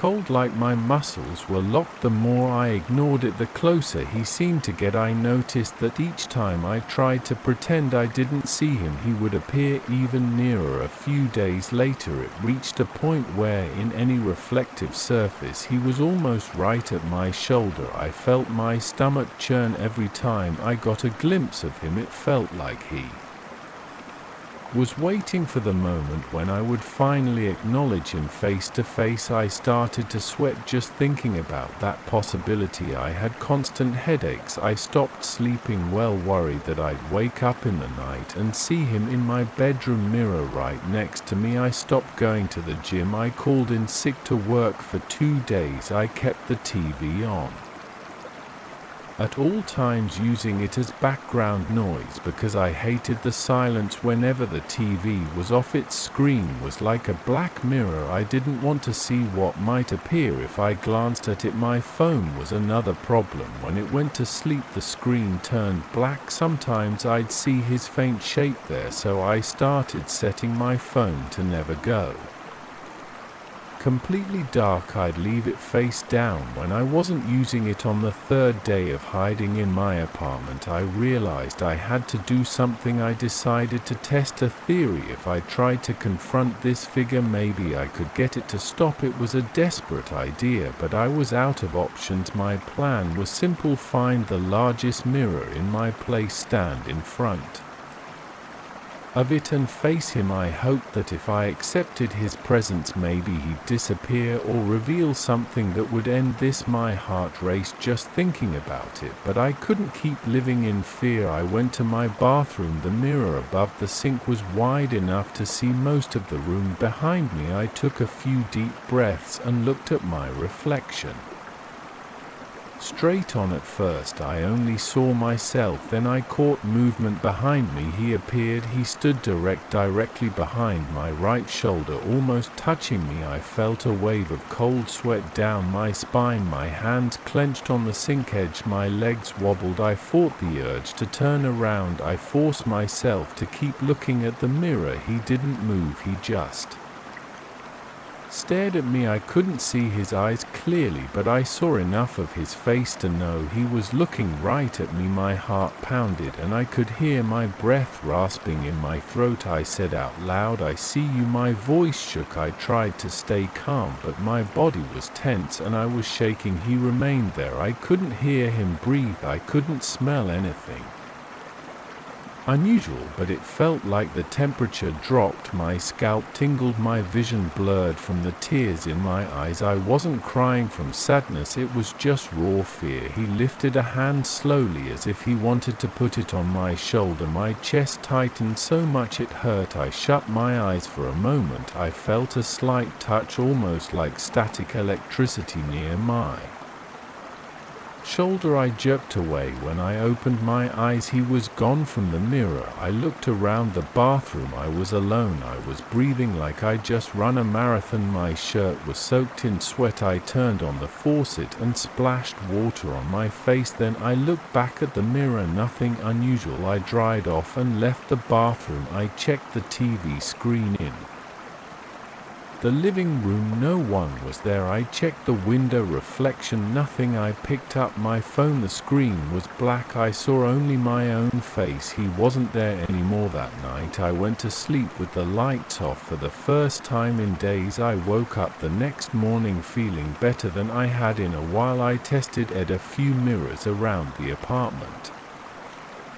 There was no sign of him. I didn't feel that pressure near me anymore. I decided to try the gym again. I got dressed and went back after my workout. I walked into the locker room. I faced the mirror. I felt a jolt of anxiety in my gut, but I forced myself to stand there. I didn't see him. It was just me and the usual background. No one else was in the locker room at that moment, but it felt empty in a normal way. I don't know if he'll ever come back, but for now he's gone. I keep my eyes open though. Every time I glance at my reflection, I brace myself, half expecting him to be there. So far he hasn't reappeared. My chest still gets tight when I think about how close he got in those final days. That feeling of him almost touching me hasn't faded. Sometimes I wake up at night and my mind goes back to that moment. My shoulder tingles and I'm sure I can feel him again, but when I look around I see nothing. I still go to the gym, I still try to live my life, but I'll never look in a mirror without remembering what happened. And if he does show up again, I'm ready to stand there and face him because hiding didn't help. Confronting him was the only thing that made him vanish, and if he returns I'll do the same thing. I can't live in fear, not anymore. I can't forget the first time I saw that shape outside my door. It was late, and the only reason I noticed it was because I caught a glimpse of movement through the crack in my living room curtains. At first I thought it was a trick of the street lamp or some neighbor stopping by. It wasn't. It stood in one spot, turned toward my house, but never knocked or spoke. I stared at it for a long time, my heart pounding, wondering if it was a person or something else. I tried to push the thought away, but it never really left my mind. I live alone in a single-story house. It's not fancy, and it's pretty quiet here at night. I have a small front porch with a single light above the door. The interior of my house is basic: a living room with a couch and an old TV, a kitchen with a table that barely seats two, a narrow hallway, one bedroom, and a small bathroom. The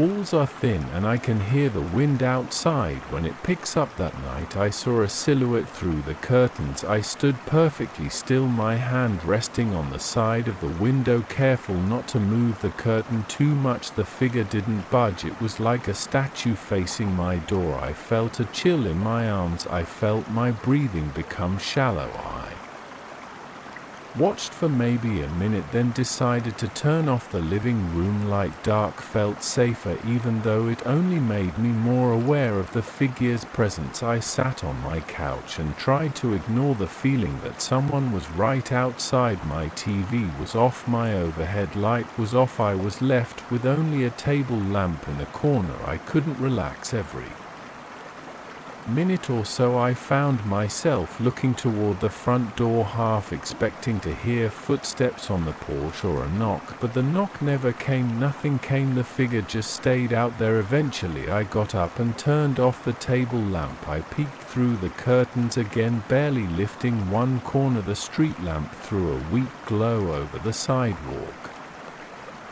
In the edge of my yard I could see the outline of a person, tall, or at least it looked tall. It was so still, no swaying, no shifting weight from one foot to the other. I wanted to believe it was a trick of the light, but I knew it wasn't. Something or someone stood there silent in the same spot as before. I checked the time on my phone. It was around midnight. I turned the screen away from the window so the glow wouldn't be noticed outside. I felt my stomach tighten. I tried not to think about it, but then I realized that if someone was outside, they knew the lights inside had turned off. They knew I was aware of them. My hand started sweating. My legs felt weak. I wondered if I should call the police. But what would I say? There's a figure outside my house that isn't moving or knocking. That sounded ridiculous. Plus it hadn't done anything except stand there. An hour passed, I remember, because I kept checking the time on my phone, and it was around 1 a.m. When I looked again, I glanced through the curtain. The shape was still there. My chest felt tight. I wanted to open the door and yell, but I also feared what would happen if I did. I tried turning on the porch light, hoping that would scare it off or reveal who it was. I got to the switch by the front door and flipped it. The bulb flickered on, and I could see a bit more of the figure. It was wearing something dark, maybe a coat, but I still couldn't see a face or any details. Then I noticed something that made me step back. It was closer. Before it had been near the edge of the yard. Now it was standing just past the footpath to my porch. I hadn't seen it move. It was as if it had teleported a few feet closer. My mouth went dry, my scalp tingled. I turned off the porch light. I felt my heart pounding in my ears. I rushed back to the living room, almost stumbling over the coffee table. My breath came in quick bursts. I didn't know what to do. I switched on my TV, keeping the volume low, trying to distract myself. Nothing helped. I ended up hitting the mute button so I could listen for any noise outside. I heard nothing. The street was empty except for that figure. I used the remote to access the feed from my security cameras. I have 3 cameras, one pointed at the driveway, one at the front porch, and one at the backyard. The driveway camera showed me the side of the yard, no movement. The backyard camera was static, no problem there, but the front porch camera made me jump. The figure was definitely closer than before. It was maybe 8 feet from my front door, but I never saw it move on screen. One moment it was at the edge of the yard, and then a few frames later it was by the porch stairs. I didn't see arms or legs clearly. It looked like a dark human shape that flickered forward when I wasn't looking. I felt sweat running down my face and neck. I wiped my forehead on my sleeve and tried to calm down. I pressed my back against the couch cushions trying to breathe. I felt nauseous. I felt corners of panic creeping in, but I told myself I was safe inside and the door was locked. I had the security chain in place. I tried to think of a plan. Another hour passed. It was around 2 a.m. The figure remained outside, never knocking or calling out. I left the TV on the security camera feed, watching it without blinking. At some point I dozed off for a few minutes because I suddenly jerked awake and realized it was now almost 2:30. My eyes jumped to the screen, and my heart dropped. The figure was standing right in front of the camera, but not facing it directly. It was angled in a way that I couldn't see details of a face. It was as if it knew exactly where to stand so the camera wouldn't capture its features. I saw the edge of a shoulder or maybe the side of a head. It was tall, definitely taller than me. I didn't hear my phone ring or any alarm, but I was shaking. My chest was tight. I wanted to leave, but I didn't want to open the door. I decided to check the back door, even though I almost never open it. I walked slowly down the hall, checking each room to make sure no one was inside. Everything was dark. The windows were all locked. My back door was locked. I put on my jacket, grabbed my house key, and thought about slipping out the back, but I was afraid the figure would somehow be there as well. I changed my mind. I couldn't handle the idea of stepping outside into the darkness alone at 3 a.m. I heard a faint rustling sound. I muted the TV to listen. I pressed my ear to the front door, nothing else. Then I returned to the living room. I checked the camera feed and saw no movement. The figure was still there near the door, but slightly off to the side. My breathing sounded loud in my ears. I felt like it was listening to me, listening to every breath, every shuffle of my feet. I remembered some old letters I found in my attic a few months ago. I never paid much attention to them. They were dusty and smelled of mildew. They mentioned something about an entity that doesn't knock. I grabbed a box from the closet where I kept the letters. My hand shook as I flipped through them. It was a bunch of handwritten notes from a person who used to live here decades ago. They described nights of seeing a shape outside the door. They wrote about feeling a presence that never announced itself, never made a sound. The letters warned, never invite it inside. If you invite it, it never leaves. I dropped the pages onto the floor. My heart pounded. The words on those pages felt too real. I was reading about what I was experiencing now. I glanced at the front door again. The chain was still latched. The doorknob was locked. I could see the small seam of light from the porch. No shadows passed by, no knocks, no voice. I felt like I was in a nightmare where everything moved slowly except my thoughts, which ran wild. By 4 a.m. my eyes burned from strain and fear. I couldn't stop staring at the security feed. The figure was still right there, frozen in place or moving in small increments. When I turned my head, every time I blinked, I worried it would end up closer, maybe even inside. My mouth was dry and my heart wouldn't slow down. I heard the wind outside. I heard the Old house creak. I turned off the heater because as the sound of the blower was messing with my ability to listen for movement outside. At some point I got so tense that I decided to do something. I went to my kitchen drawer and grabbed a small flashlight and a dull steak knife. It's not much, but holding the knife made me feel a tiny bit safer. I tightened my grip on it and walked to the front door. I rested my hand against the wood, feeling my own pulse. I could sense something on the other side. It felt like a pressure or a vibration, almost like there was a low hum I couldn't quite hear. I stood there trying to steady my breathing. Then I lifted the chain from the door just enough to see if it would react. Nothing happened, no movement. I put the chain back in place. I shook my head and stepped away from the door. I could smell my own sweat. My t-shirt clung to my back. My legs felt like they were going to buckle. I held onto the wall to steady myself. I stared at the door for a few more seconds, then went back to the living room. I lost track of time. Around 4:30 I paced back and forth, pausing to glance at the camera feed. The figure never left the frame. Sometimes I thought I saw it turning its head or shifting slightly, but it always happened when I looked away or blinked. I started to feel dizzy from lack of sleep and the constant adrenaline. My thoughts got jumbled. I thought about calling someone, but it was so late. I didn't want to sound crazy. I also wasn't sure if anyone would leave me at 5 a.m.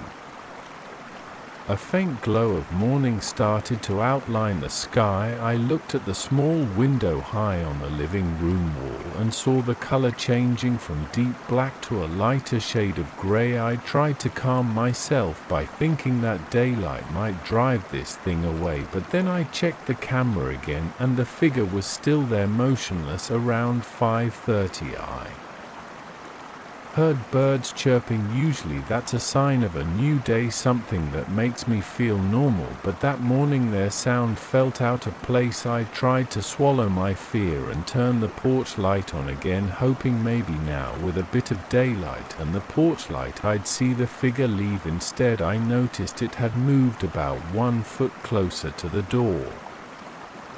My stomach twisted. I turned the light off again. I stepped back from the monitor, pressing my hand to my forehead. My pulse hammered. I considered barricading the door with furniture, but then I realized it might come through the windows. I felt an urge to scream, but I held it back. By 6 GOSM actual sunlight started to creep across my lawn through the curtain. I could see the brightness outside. Normally that's when I'd start my day. I'd make coffee, shower, get ready for work, but now I was glued to the security camera feed. The figure looked less solid in the light. It was still there, but it wasn't as sharp. I still couldn't see a face or features. It was just a dark shape. I thought maybe it was dissolving with the daylight, but it kept its position like a stain on my front porch. I waited another hour, checking every few minutes. The sun rose higher, the shape remained. I felt a wave of exhaustion slam into me. My eyelids drooped. I forced myself to stay awake by splashing water on my face in the bathroom sink. I stared at my reflection. My eyes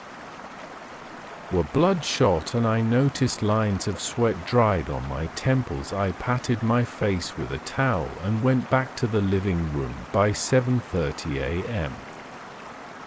there was enough daylight to see everything outside: my front yard, the street, the neighbor's driveway, but the figure was still there, dark and silent. About 2 feet from my front door I took another look at the old letters scattered on the floor. They said never to invite it in. They said it never knocks, never tries to force its way, it waits for an invitation. I believed those words now. My entire body felt like a tightened spring. I wanted to run out the back door and never return, but it was my home. I couldn't just abandon it. I paced around the living room, then went to my bedroom to stare out the side window. Sometimes I could see the reflection of my front porch from a slight angle, but I couldn't see the figure from there. I thought about calling a friend or a neighbor, but I hesitated. What would happen if someone showed up and casually opened the door saying, "Hey, come in for a moment"? That would be an invitation. The letters said that's all it needs, so I stayed inside alone, fighting off the crushing sense of dread. I wanted to sleep,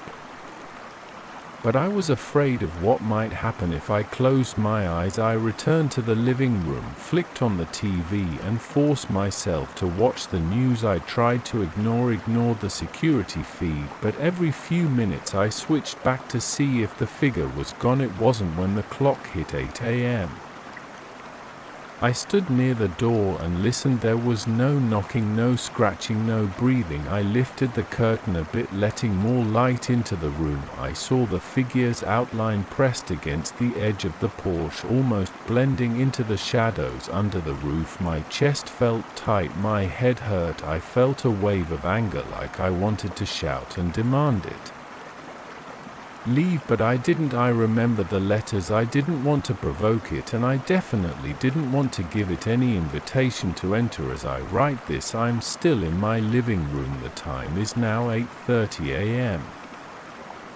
Daylight is strong, and I can see people walking their dogs a few houses down. Nobody seems to notice the figure. It's like it only exists for me. I've been awake all night, shaking and sweating. I keep checking the door or expecting a knock or a sudden push, but nothing happens. It just waits. My phone sits next to me, fully charged, but I can't bring myself to call anyone yet. I'm not sure what they could do. I'm watching the security feed right now. It's there, a dark shape against the pale light of morning. I feel it waiting for me to slip up to open the door, to invite it inside. My plan is to hold out until it leaves. The letter suggests it might go away eventually if I never invite it in. I'm not certain, but I'm tired and my mind is unraveling with worry. Still, I refuse to open that door. I don't know when it will leave. I don't know if it ever will, but like and subscribe for 4